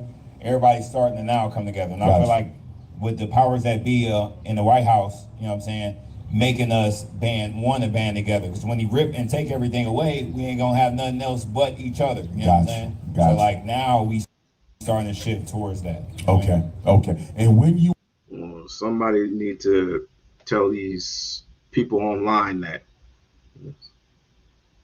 the problem is that it's not the black family issue, because there are black families. The issue, in my humble opinion, is you, the black man. Your egos has started to become so obtuse, so big, so arrogant. Like, you should run every freaking female and tell them what the. And again, these are not robots. Now, are there women who actually put themselves in position to fail? Absolutely. Absolutely. But we don't worry about them. We leave them where they stand. They don't want to act accordingly. They don't want to participate. They don't want to help us out. Then we leave them over there. But I have to say, I have to say this for the sake of purposes. When you proclaim, and this is only black men who proclaim, there's only men. Well, I can't speak for any other race, but us. When you're the type of black man who proclaim the head of state, let's just say, like the head of the house, like, I am the man, I am him. You must perform as him. You must perform as him. You must have the discipline, the knowledge, the wit, the know-how, and the love to sustain a family. Because again, the women's been holding it down for years, and yet they've been looking and searching, because women are known for doing multiple tasks. And did they want to do it? No, but they have shown throughout the years that they can do it. But they didn't want to do it because they were looking for their men. Now that they find it, they're either in jail or they're sipping on tea, stuff like that. You organize, right? Make sure you have two different branches of this collective organizational solidarity initiative. Organizations that are funded outside, organizations that are completely independent. You feel me? It's not fair to the completely independent black organizations to have to bear their privacy in front of organizations that are funded by the government and white corporations. Because some of your organizations that are funded by the government and white organizations, those are informant organizations. Their job is to snitch on black power and progressive action. So if you get money from the organize, but you independent, you organize, and then you collaborate sometimes. But the people get any money, gotta have it.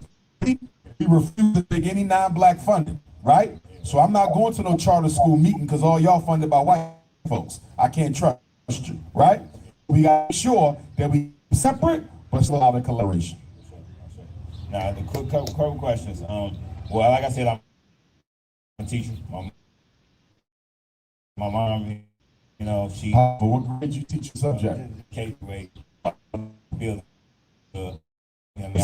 Yes, sir. I'm glad you did it. More brothers need to go and sub. Yes, I'm glad you did it. But so my mom doing the program. She's trying to get the kids from K to be able to read and taking us in third grade, and that follow them all the way. I just found it out, so I just started. You know, my mom, she been researching and doing it. You know, what I mean, her popping. So, but I big ups for her. I support her fully. You know, yes, I didn't know. Yes, sir. The literacy.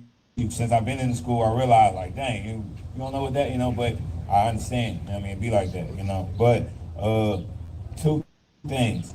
Ibrahim Traore. Ibrahim Traore, yes. Ibrahim Traore. I'll be speaking at a rally in his honor in Harlem Sunday. Oh yeah, okay. Yeah, so, but I support him. I completely support him. Yeah. I like what he's doing. Yeah. You know, we need more of that courage. Yeah. Nobody should be interested in being a black leader unless they're willing to sacrifice their life. Because you're not going to free black people without pissing off white people. Any black person, you elect office. Abraham Taribe of Burkina Faso. I'm starting to get good at it. Of Burkina Faso. And Julius Mona. Julius Mona. I like that.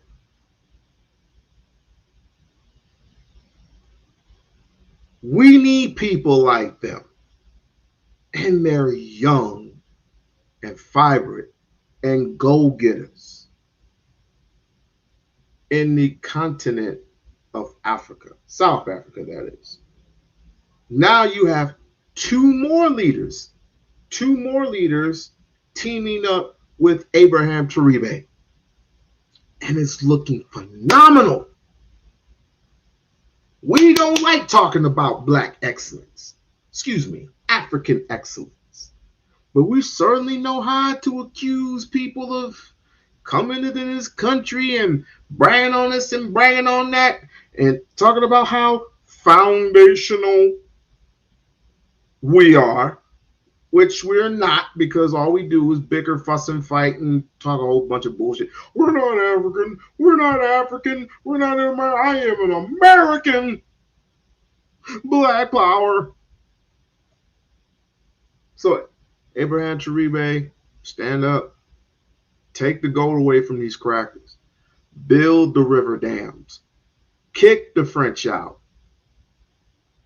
Give free health care and education to the ones who deserve it, who need it. Oh my. It almost sounds like Fidel Castro himself. Oh shit. The United States of Africa can be. It can be. Here's the two obstacles to the United States of Africa. Number one, most African presidents of community. See that ego, being in charge. If you're going to federate, you're more of a country than nobody. Ego. Number two, if I'm engaged in corruption, scamming, hustling, taking deals, I don't want no United States of Africa, because now I can be held accountable and exposed. Third, the white man don't want Africa to federate. Because if Africa federates, it would be harder for him to go in and exploit individual countries. Like small Togo, a small Benin here, a Nigeria here, is to keep Africa as 54, 55 countries. It plays to the white man's advantage. He don't want federal. But can we do it? Must we do it? Shall we do it? Absolutely. And last thing, I'm on working with you. Sure, shoot me a text. You ain't got no woman, right? All right. You shoot me a text. All right. Y'all going to get through this process. Excuse me, let's keep. All right. So my name is JB Scarborough. I'm a mobile mechanic here in Cleveland. Road Ready Mobile Auto Repair. How y'all doing? You got a what? Yes, sir. Tell them what it is. Road Ready Mobile Auto Repair on everything. IG, Facebook. You want to talk to me afterwards? You can. And you come to them. I'm gonna come to y'all. I'm gonna talk to y'all afterwards. But you come to each other. Yeah, of course. Okay, that's powerful. Y'all need to get with the young brother right there. Give him a hand. You don't hear about that enough. So, it's like every time that a black movement bills specialized. So how do we make psychologically that we maintain that for to the next generation? Okay, great question. First of all, there's no that moves will not be destroyed, right? We are a numerical minority of a much larger white majority, and that white majority weaponizes every single immigrant group against black people. Did y'all hear what I just said? Every group that comes here is weaponized against us. So I don't know why black people running around talking about multiculturalism. I don't know why black people running around talking about we got to organize with reds, browns, and yellows. They can't stand your black ass. Cut it out. Organize with yourself. Now, here's the thing. I had an ADHD moment. The ancestors hit me. Hold on. Give me that question one more time.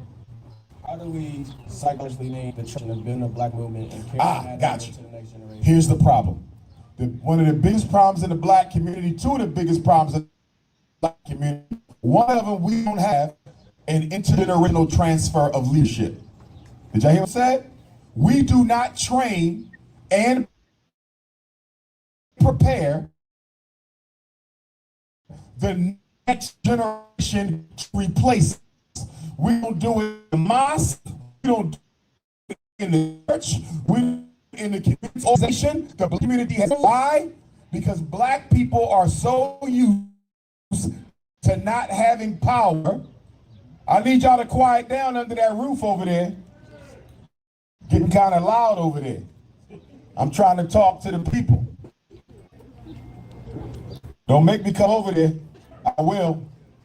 Don't play with me, please. I'll snap a chip. Listen. Don't play with Dr. Umar, please. Give me an example. I'm a guest like you. Listen. We need to train next. The reason we got 1 million churches in Cleveland ain't because everybody in love with Jesus. It's because when a young pastor came back to Cleveland Seminary School, he wanted to give a couple Sundays. And the pastor said, no, I'm a pastor. I built this. I've been there 50 years. Not gonna sit down. Turn 70 years old. He gonna do the same thing to the next younger that was done him was young. And the reason black men in particular don't like to share power or train replacement is we're not used to having power. So whenever we a little bit of authority as oppressed black men, it goes to. Can I ask you a question? Why is the average age of the Congressional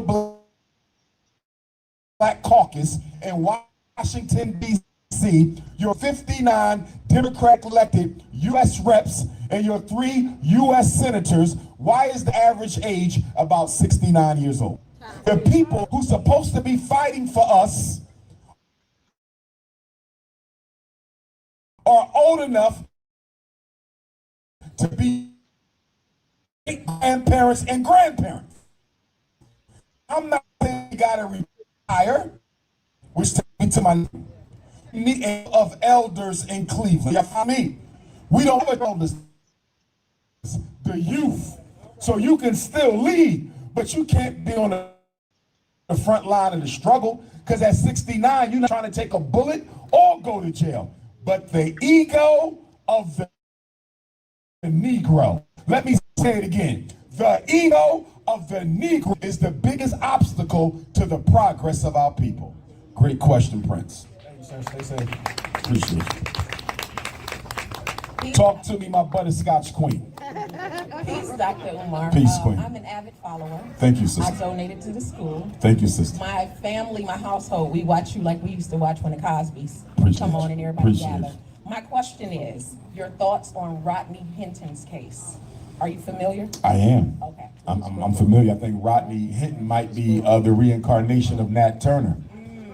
I'm hoping that they don't seek the death penalty. Hope, right? Because I know He'll probably get the death penalty. He will probably get the death penalty. For those who don't know, Rodney Hinton had a 19-year-old son. And not 19-year-old, I think he was 17. Yeah, 17-year-old son. And he happened to be at the wrong place at the wrong time with his buddies in the back seat of what he didn't know was a stolen car. And someone had called the police. The police caught up with them, surrounded them. All four people, including him, ran out the car. Somehow he had a pistol, a loaded pistol, but he was running full speed.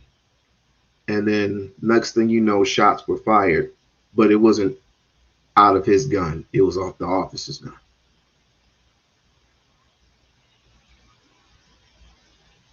They had the father, called the father to identify the body.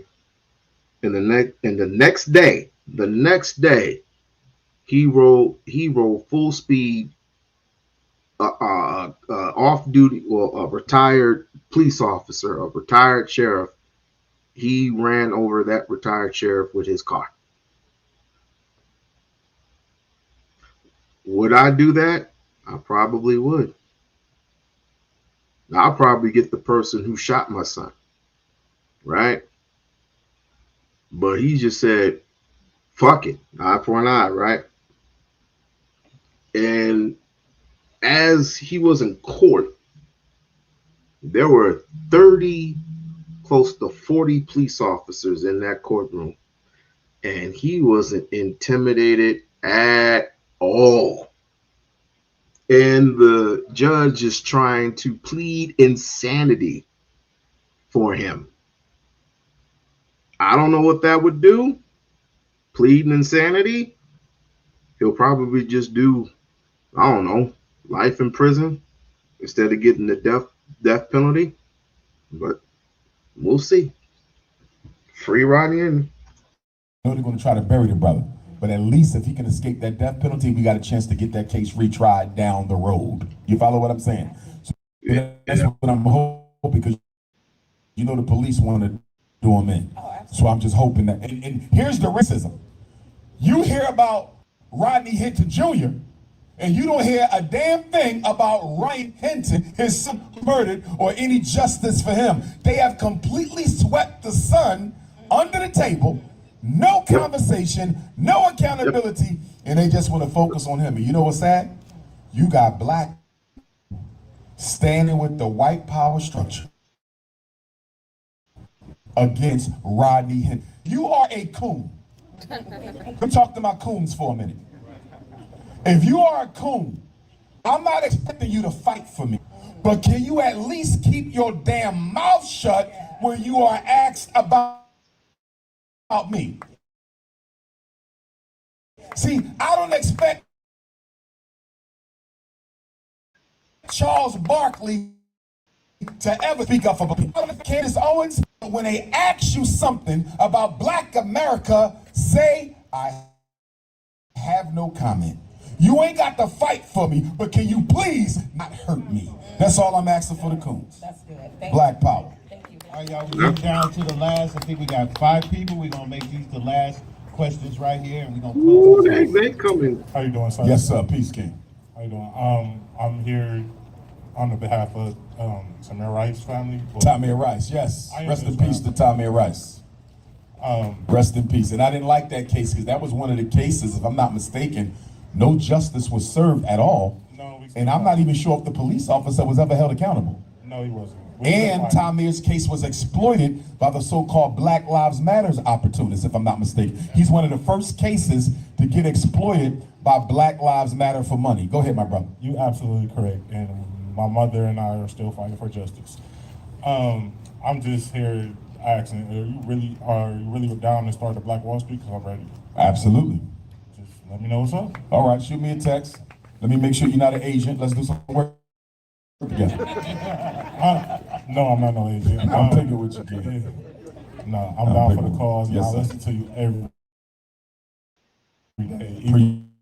Appreciate Your old podcasts and old interviews are still Appreciate you. I'm working on my own platform because TikTok banned me from going live, Twitter banned me from going live, Facebook banned me completely, and Instagram suspends me every other video, even when I'm not talking about white folks. I can build you one. All right, shoot me a text. Let's wrap on that. I need something straight. No white platform.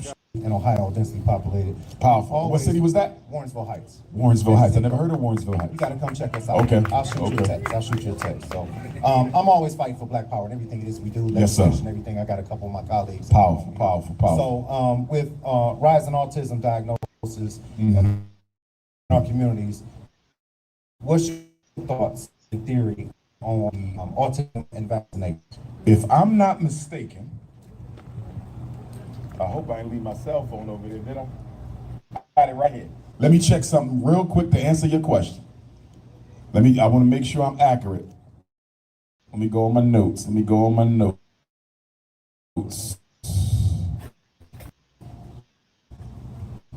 check. Let me check for Ohio. In the state of Ohio, just like the state of Pennsylvania, where I was born, raised, and still live, you do not have to vaccinate your child for public and charter school attendance.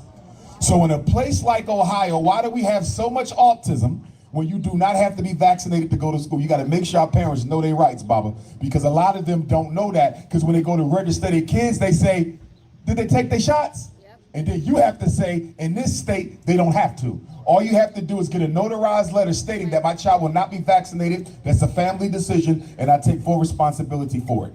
And they can register in school. Some states like New York, the only way you can get out of vaccinate your child in New York is medical exemption. The doctor has to say something is wrong that you can't take it. Ohio, y'all have philosophical exemption. New Jersey has religious exemption and medical. Ohio has philosophical. So you don't have to blame it on a religion. You ain't got to blame it on a medical problem. You can simply say, I don't trust white folks and my child ain't taking no shots. Right? But to answer your question, the vaccinations are causing the autism. Even the current head of Health and Human Services, Kennedy, he's been on. For those of y'all who don't know, the autism vaccination interacts with the melanin of Black boys. They don't know the mechanism of action, but the vaccination interacts with the melanin of Black boys, and that's why Blacks have a slightly increased risk of developing autism. Do not vaccinate your children if you can help it. I'm telling you. I work in schools, and the children are vaccinated. They are the healthiest too. Back pains, don't vaccinate your children. Vaccinations were introduced into the Black community as a means of population control. People trying to get rid of you are not going to help you live longer. And to my elders, will you please stop it with the flu vaccination? Yeah. Stay out of Walgreens and Walmart. Use herbs. Get your herbs up, your diet, your fruit, your vegetables, your alkaline water. Vaccination is killing us. They're telling you the flu vaccination and the COVID vaccination, you really enjoy. Thank you, brother. Black Power. Black Power. This is what we're going to do because. Yeah. Wow. Powerful. Paul. This is what I'm gonna do. I'm gonna call it a night. We had fun. If I'm not gonna promise you that I'm never going to be doing LENON videos again. I'm not gonna promise you that. However, I'm gonna promise to ignore this nigga from here on in. But this was, oh, stop taking those damn vaccinations. Stop taking you. Why is everybody so afraid of black seed oil? Why is everybody so afraid of what was it? Alki pepper or whatever that stuff is. Even sea moss. They got different colors of sea moss. Try it. It's bland, but you can put it into anything. Come on, you need to learn your lesson. Anyway, what was that, Lisa? I'm going to hold you to. Yes, it's natural. What happens to an animal when it gets sick? It goes to its habitat, right? It goes to where it lives, where it was born, and eats raw food, right? He eats whatever is in his environment, and he rests. When we get depressed, when we get tired, what do? Sugar. On top of sugar, on top of sugar. This is the reason why we're so sleepy. We stop with the sugar. Even I have to stop with the damn sugar. Hell, eat popcorn, you'd be okay. The videos, I don't take those. The videos, I don't take shots nor to my son. Good. Stay away from damn. And by the way, when people tell you have to make shots, just tell them it's against my religion. I have a religious Mazephic, and in the paper, and it's against my religion. All they're gonna tell you is to wear a mask. And those masks don't do anything. Those masks don't do anything against the 99.9% survival rate if you're a state. It's basically you're catching the flu. That's what it basically is. And they're doing this for obvious reasons, which I don't really want to get into. But I gotta go chill out. Lisa, you know what to do. And I'll see you guys later on the next video. Peace.